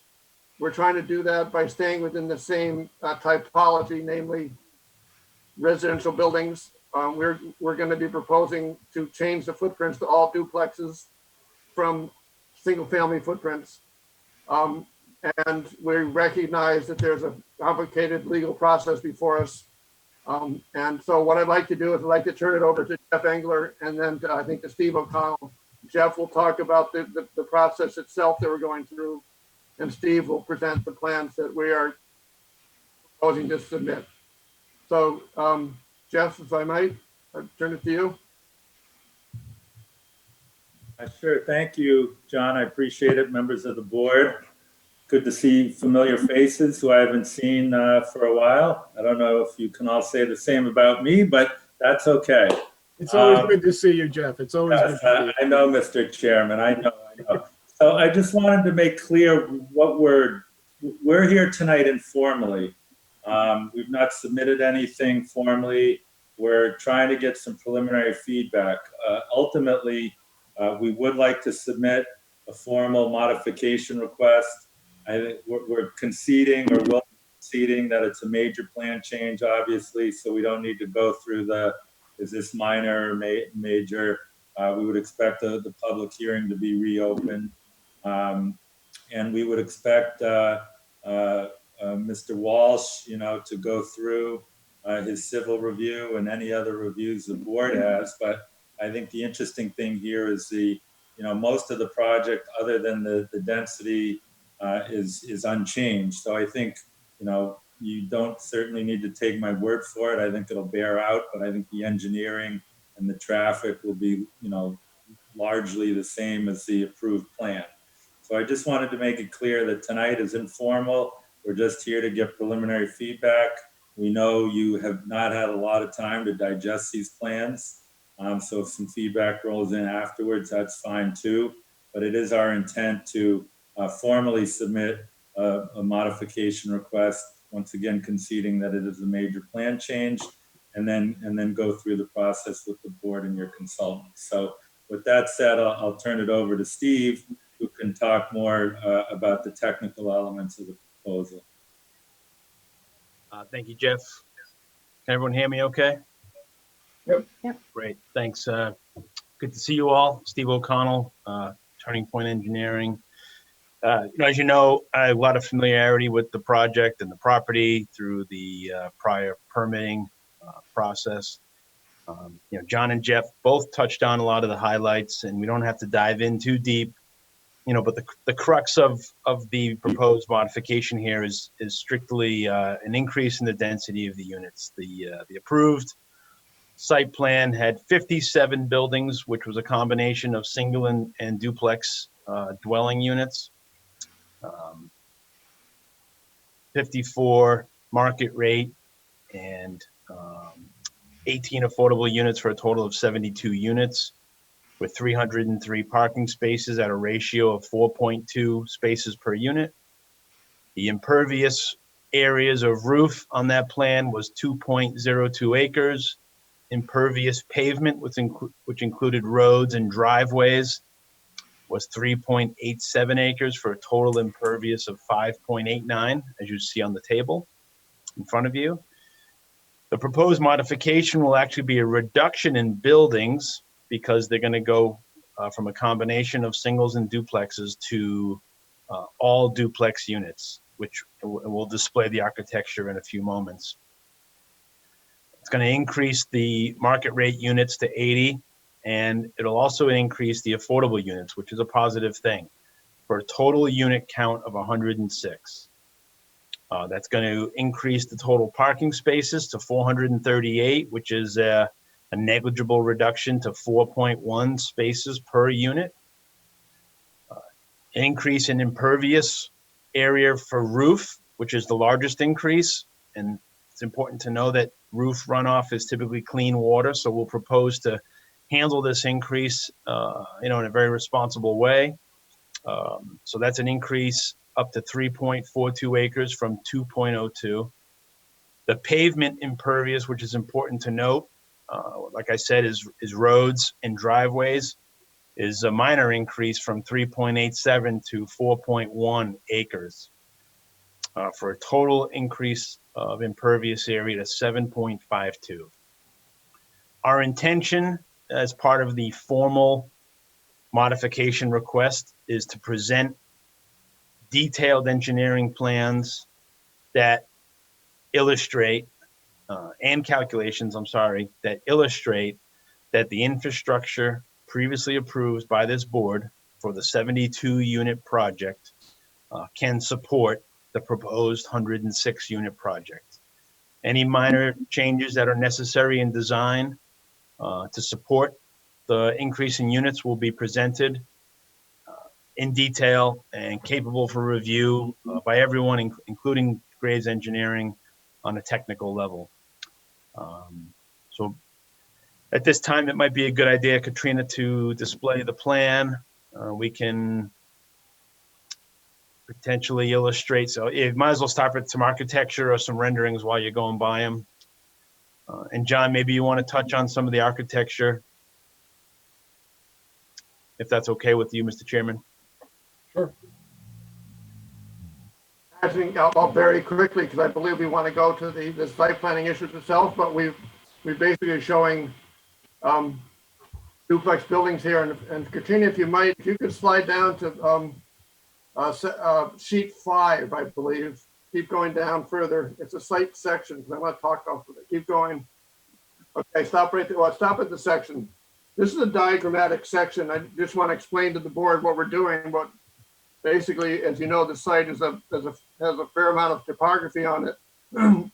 And there are buildings that are what we call uphill units, which are units that are on the side of the road where the slope is going up, and downhill units where the slope of the road, slope away from the road going down. The reason I say that is it has impact on the design of the units very much.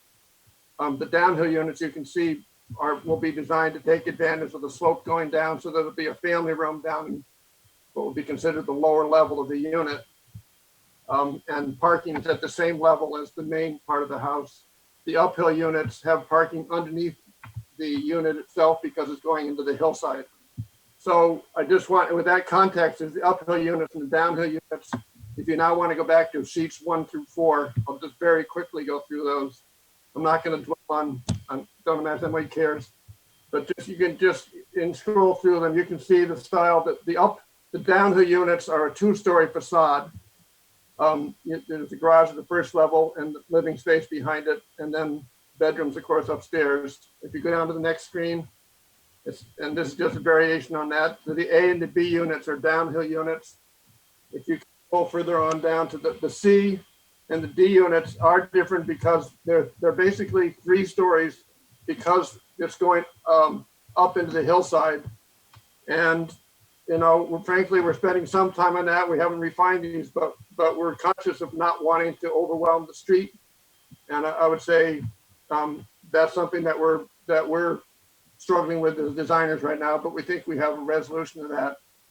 If you can go down to sheet number 7, I believe.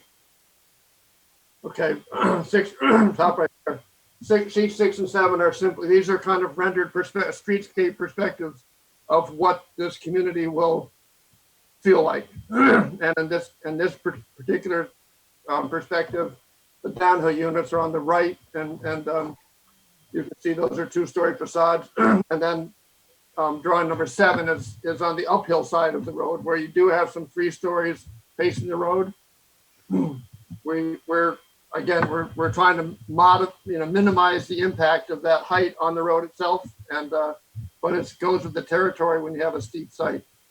So I think, Steve, I'm going to pass it back to you unless the board wants to talk about architecture. It's almost always about the site and all the site issues.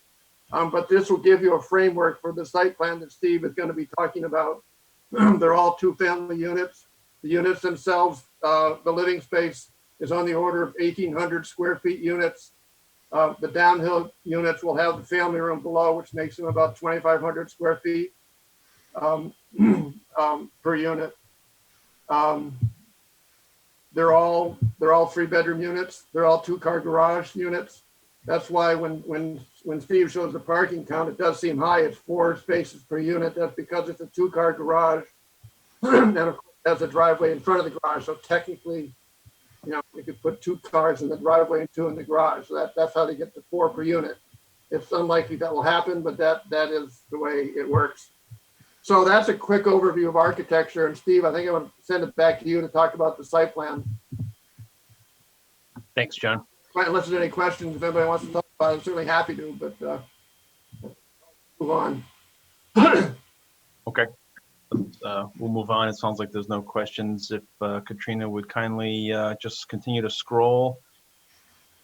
So this is the proposed modification plan.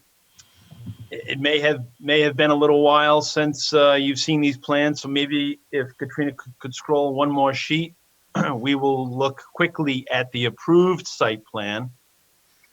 If everyone could just kind of memorize that quickly, get a feel for the configuration of the roads, the stormwater basins, the unit the unit layout, and then Katrina could go back up one sheet. You'll see that it is the exact roadway and stormwater basin configuration. We just have more units in the same space.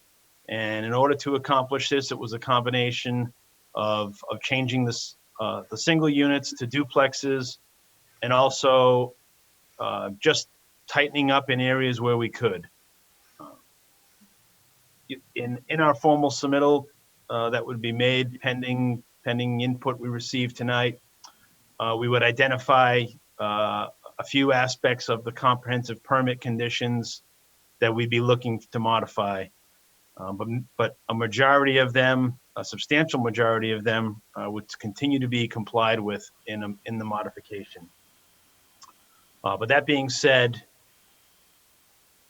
one of the conditions was a 15-foot separation between buildings at their closest point. This plan layout of the buildings shows a minimum of 12 on the main loop, which I call the main loop. It's the large loop that has most of the units. And then on the small loop, a few of the units have 10-foot separation. But what's important to note is that separation is at the closest point. And in many of these, the closest point is for a short section of width on the side of each of the buildings that, if you can visualize the architectural plans that we discussed a moment ago, kind of has a side entry. So there'll be access off the driveway to a side entry into each unit. But then if you take a look around the site plan, you'll see there are many areas on curves, inside and outside of curves, where we may have a 12-foot separation at the closest corners.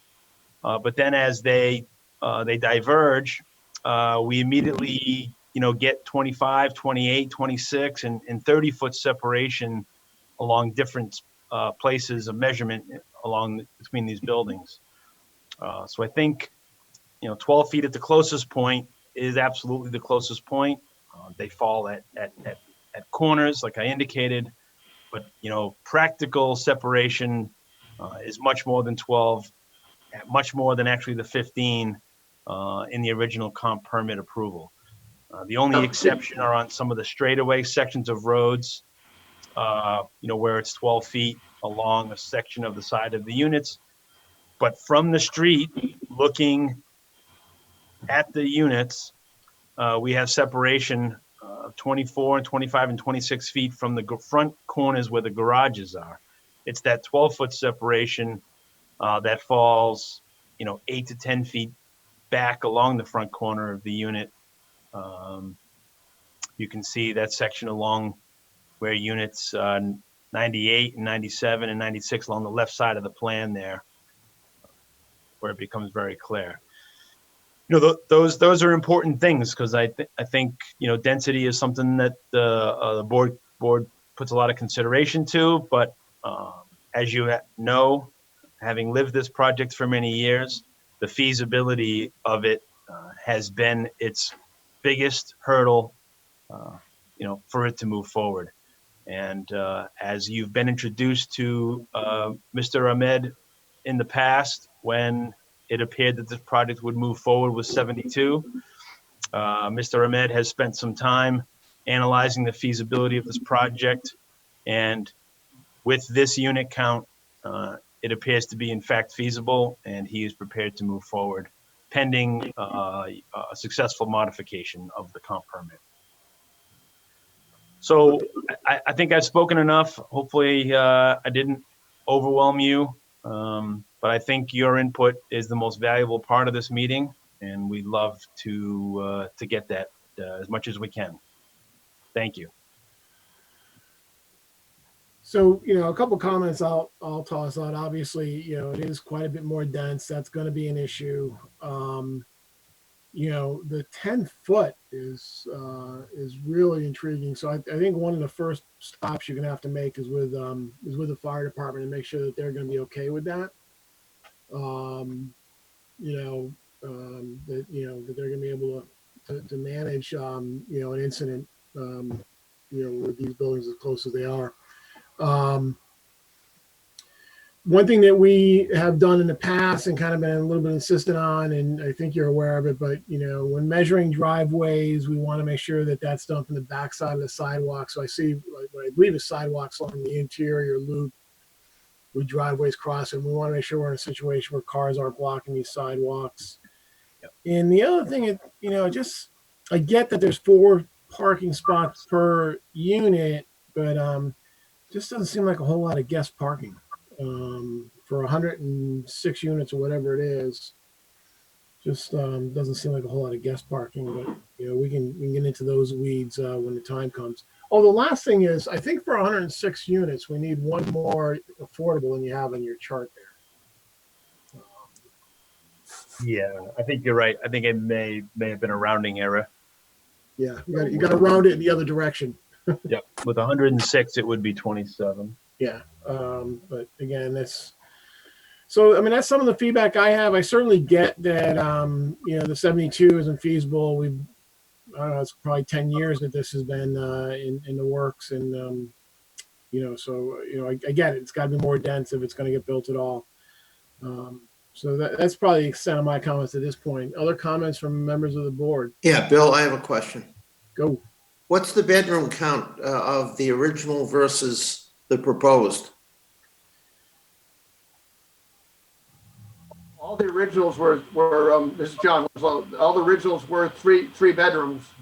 So okay, there's still 3 bedrooms. There's just more units. So it's okay. Got it. 3. Yeah. Yep. So along those lines, I'm looking now, are any of these like first floor masters, so they're oriented more towards the empty nesters, or they all upstairs bedrooms? On one of the unit types, the C unit type, it's not exactly on first floor living, but it's on the uphill unit, putting a bedroom on the main living level of that unit. Okay. See, if you go to the, it's right there. Go slide down, slide up on the drawing so you can show the first, go up a little more, right there. Yeah, that has 1 floor living. We got a bedroom on the backside and the living up front. And we're doing it for that reason, although it's not on the flat. So you still have to come upstairs to get into your unit because you're over a garage. Yeah, okay. Yeah. All right. Other comments from the board?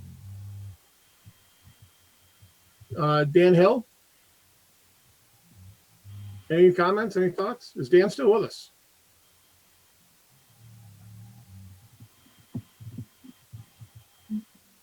Seith, go ahead. And you're muted. Dan left the meeting, Bill. I see something written like protection area. If you see unit 98, 97, and in between 98, 97 and 81, 82, it says protection area. If I'm using my iPhone to zoom that map. I don't know whether everybody can see that. It's in the middle. I don't know what is written actually in there. So I'm not. See, that says recreation area. Oh, okay. Thank you. You're welcome. No, I mean, I don't have any other questions. Hang on, I missed. Anyone else trying to speak? I'm only seeing 6 people right now. How do I make this bigger? I have a comment, Mr. Chairman. Go ahead, please. These units look really, really close, and I'm wondering what kind of living. I mean, people in the units, they're basically going to be looking at the neighbors, so to speak. That's how tight that looks. Yeah. If I might address that, yes, it is tight. And you design accordingly. I mean, these units will be designed so that basically like townhouses that look front and back. I mean, like in a townhouse, you have no side views because there's 0 lot line. Yes, these are tight on the side, but the units will be laid out so they're not requiring windows on those side walls for their outward looking. And that is a design consideration. There's no doubt about it. One thing I did comment, Mr. Chairman, you raised the point, and I'm sure that the building inspector or the fire department might want to weigh in, but we are certainly aware. I think there's very few cases on the site where it's 10 feet. They're mostly 12 feet and up, and the 12 feet occurs where there's entries, and part of that 12 feet are kind of adjacent porches to each other. So we know we don't want to go under 10 feet for building code reasons. We're well aware of that. But we think that by pulling the entries back from the road the way we've designed them, we've left the fronts of the buildings, which are the garages themselves, that are spaced, like Steve was saying, like 25 feet apart. So from the street, it reads like the buildings are actually further apart than before when they were 15 feet apart. But there's no doubt that this site plan is tight, and I certainly wouldn't suggest otherwise. And all I can say is that's what designers do or try to do, is to deal with that. So these will be forward-looking and backward-looking units. They will not be side-to-side looking. Yeah, and how just, my initial thought was, wow, that's dense. And as we've all acknowledged, it is. But the previous one was pretty dense as well. And, but yeah, okay. I think I would like to say that what we're trying to do, and from rightly or wrongly, from the get-go in this project, we were trying to have it feel like more of a residential area than an apartment complex. And we're trying to avoid that. Yes, these buildings are tight, but they still will read as residential scale buildings. And that's, we think that's important. And I think the area I will publicly acknowledge that I think that we underestimated was how difficult this site is to develop. There is a lot of topography there. And that's what's kind of forcing us to go, frankly, it's forcing us to go denser than I think we would choose to otherwise, but we're trying to make it work with that kind of a feeling. Okay. Any other questions or comments from the board? Steve? What is the frontage for all these units, like to the road? Like, would that be like 35 yards or? What was the beginning of the question? Frontage? Yeah, frontage, yeah. Well, as a 40B, this doesn't really have, each lot doesn't have frontage. It's an association. John could make an approximation of the width of a duplex, but from a legal standpoint, our frontage is on the main road. Each unit doesn't have a legal frontage. John, how wide is a duplex? The unit is 26 feet wide, so a duplex is 52 feet wide. Other questions? And again, I can only, for whatever reason, I can only see a couple members. So if anyone's trying to get my attention, just speak up, please. Mr. Chairman, if, I'll certainly stop talking if another member has a question, so what our plan is, as Steve indicated, we're gonna submit a formal set and a formal modification to the zoning board and calcs, because as you know very well, you know, density is, you know, measured in impact. So we have to demonstrate to Mr. Graves' satisfaction that there's no, you know, impacts on the site beyond what was already approved. And, you know, we'll defer to his review as part of that. And I'm quite comfortable and confident we'll get there. So we'll submit all that information. We'll submit the request. And then, you know, we would expect, you know, hopefully to hear from him at the next hearing. If, you know, and I know his review will take some time. So after we submit, it will be at the discretion of the board as to, you know, how much time he needs. I don't think it would be a good use of everybody's time if we brought the gang back together and he hadn't completed his review.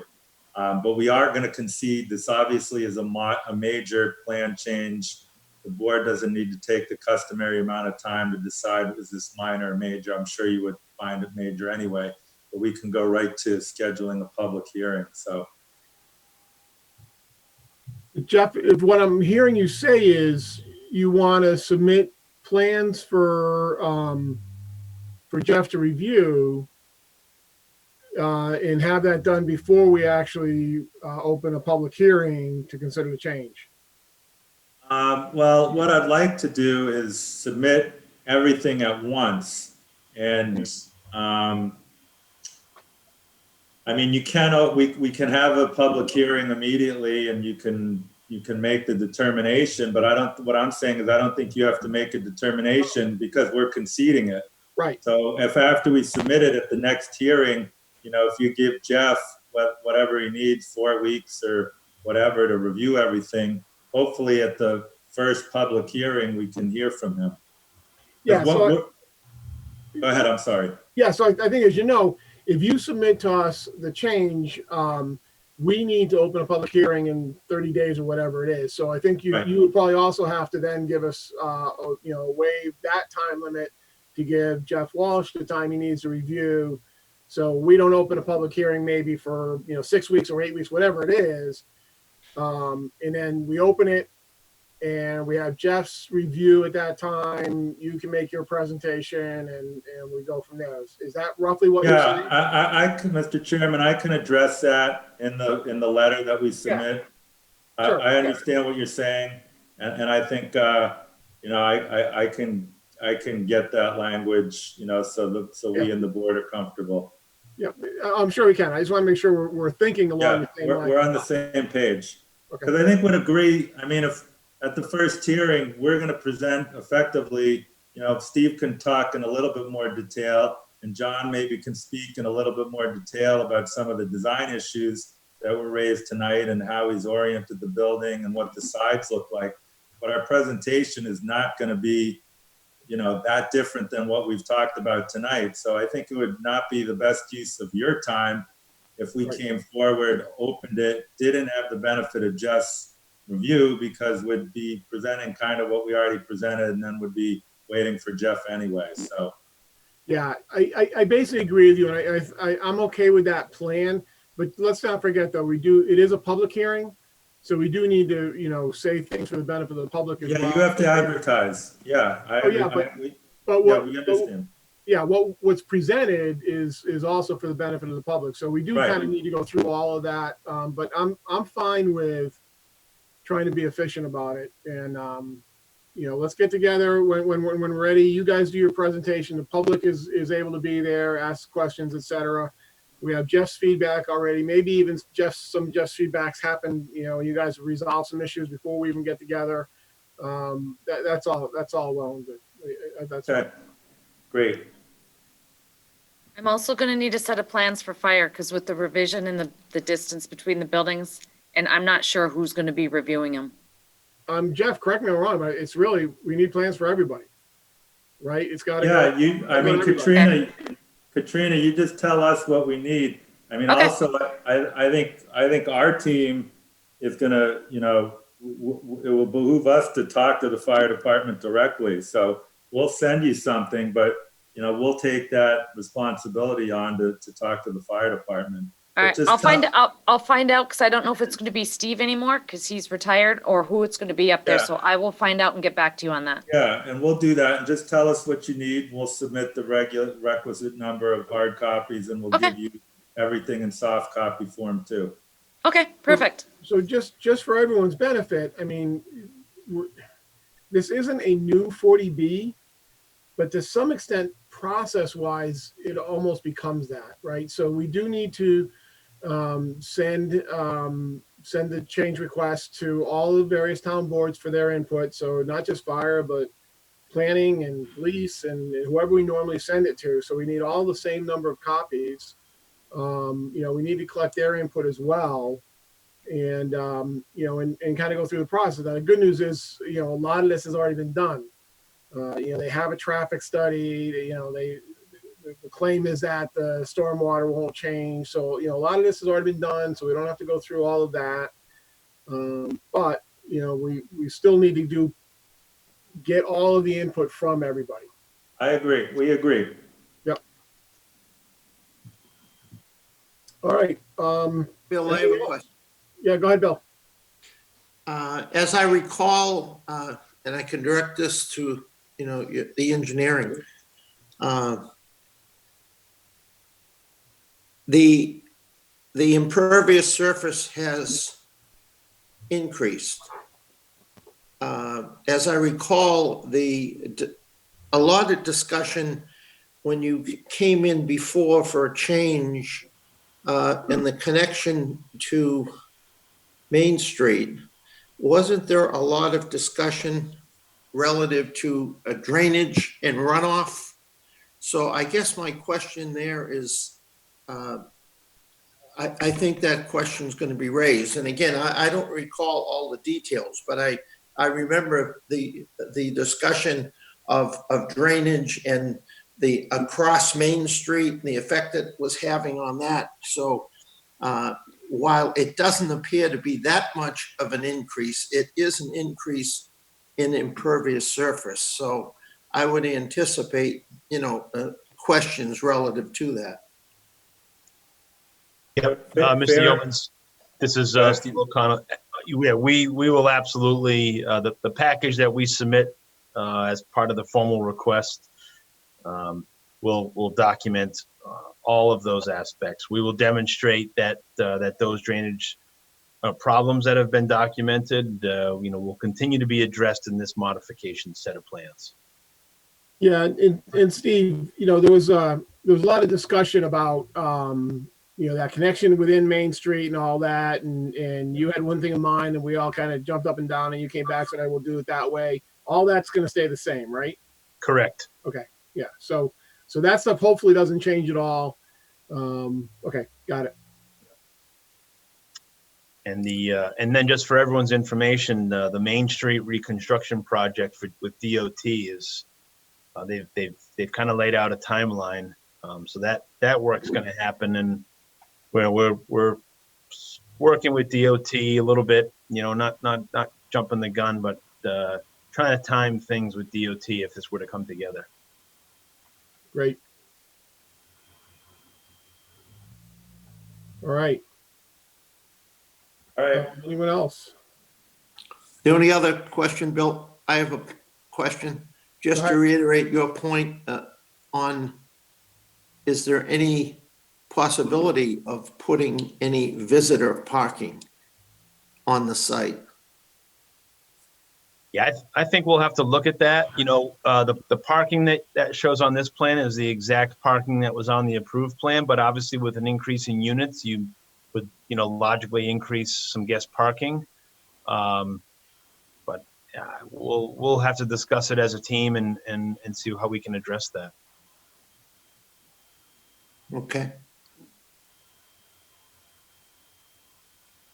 Oh, you're right. How'd you get that one, boss? I didn't think I did it. You brought it up. No. I mean, as far as the one we approved, there's not a lot of visitor parking in that one either. But okay, it is what it is. Anything else from anyone? All right, it's getting late. Have we lost Providence Road? Yeah, we're all set, right, guys? From Thank you very much, Mr. Chairman. Thank you, Mr. for- Chairman. We Thank you. appreciate it. All Take right. care, everyone. Take care. Bye-bye. Providence Road Commons. Have we lost him? No, I see him. Brian's here. He's unmuting right now. Okay. Yeah, Brian McEwen, Graves Engineering. I almost said Graves Engineering. Yeah, we have submitted back in March to see about getting the request the board give us a waiver for putting in a bus stop enclosure as cited in the approval for the project. Just some brief history. Initially, it was proposed to be out on Providence Road. Mass DOT said that they wouldn't allow it on the highway within the public way. There was no location that they would accept out there. So it was removed. And then when the final plans were prepared, the board indicated that they wanted an enclosure. So the enclosure was expediently added to the plans prior to signing and recording or approval by the board. Now we're at a point where we're trying to get ready to close the project out. The enclosure hasn't been built.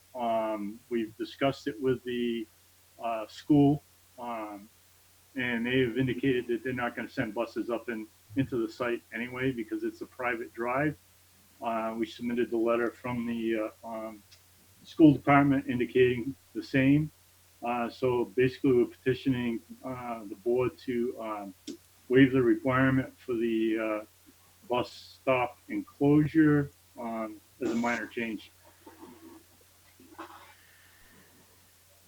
And what I did is, yeah, what Katrina has up in front of you right now is the approved plans, basically showing where the expediently entered proposed bus shelter was proposed prior to the signing or endorsement of the plans by the board.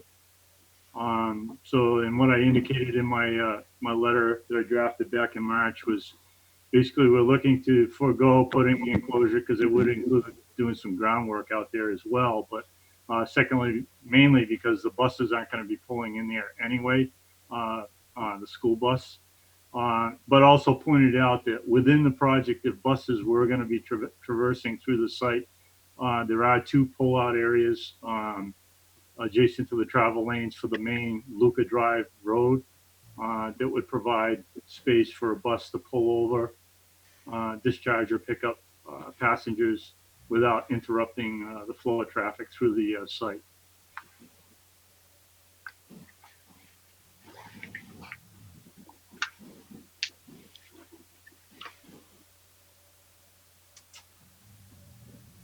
Any comments or thoughts from the board on this?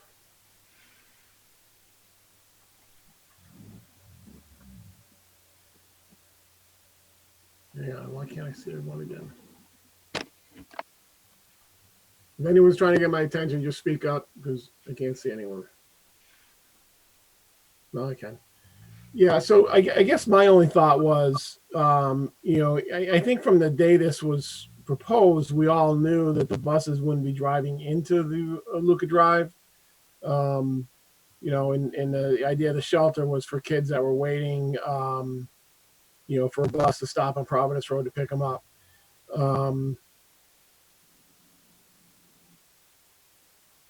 I may be wrong about that, but it seems that that's the way it would have been thought. So, you know, I guess I have no problem with removing the shelter.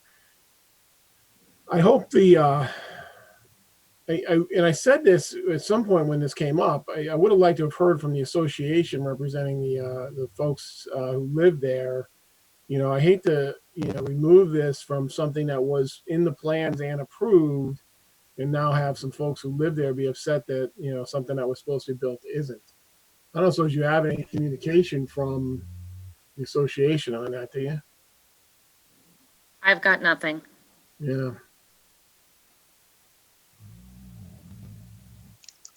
Yeah, I don't know how important it is to have a bus shelter. I think nowadays a lot of times it's the bus shelter is the parent's car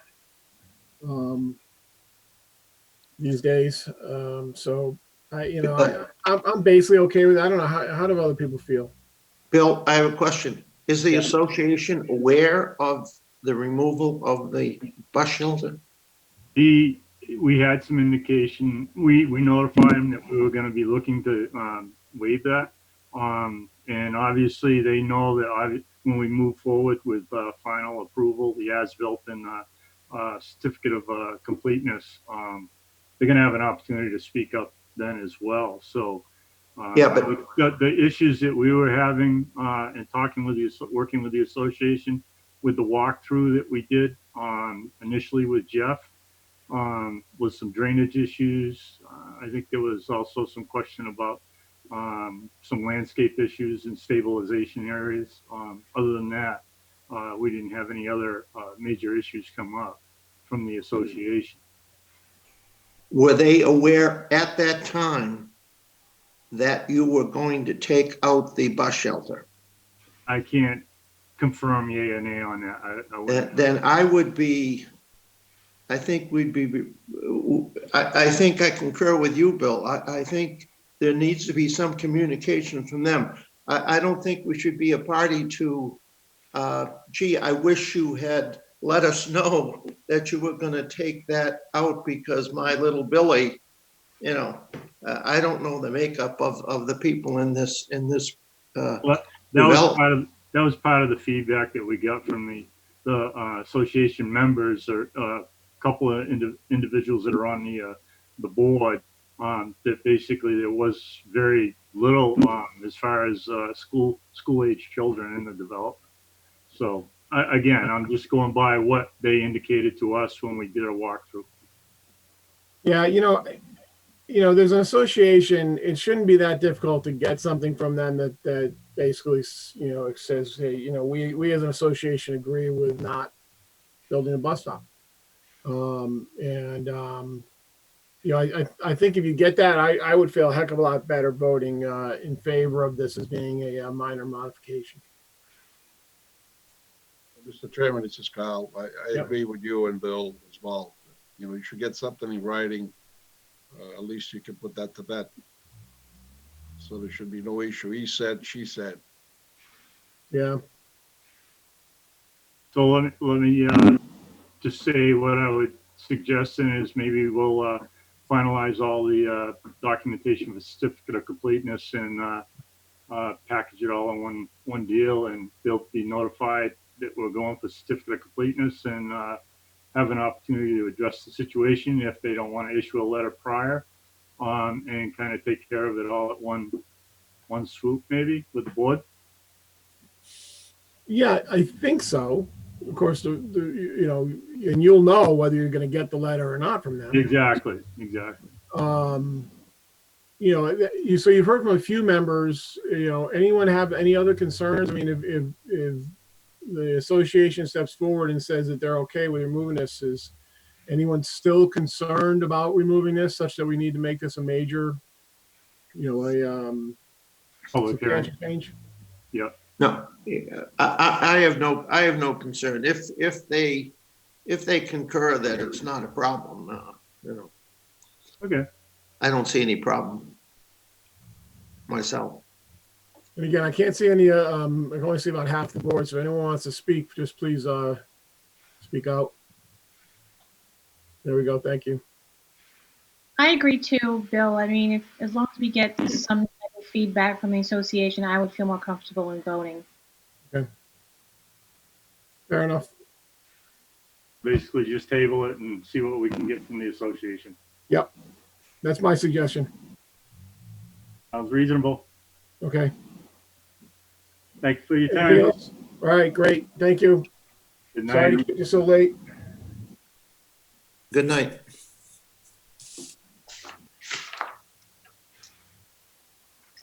Where's our agenda? All right, it's late. I'm gonna table minutes, and that's it, right? Anything Yes. else urgent we want to talk about? All right, motion to adjourn.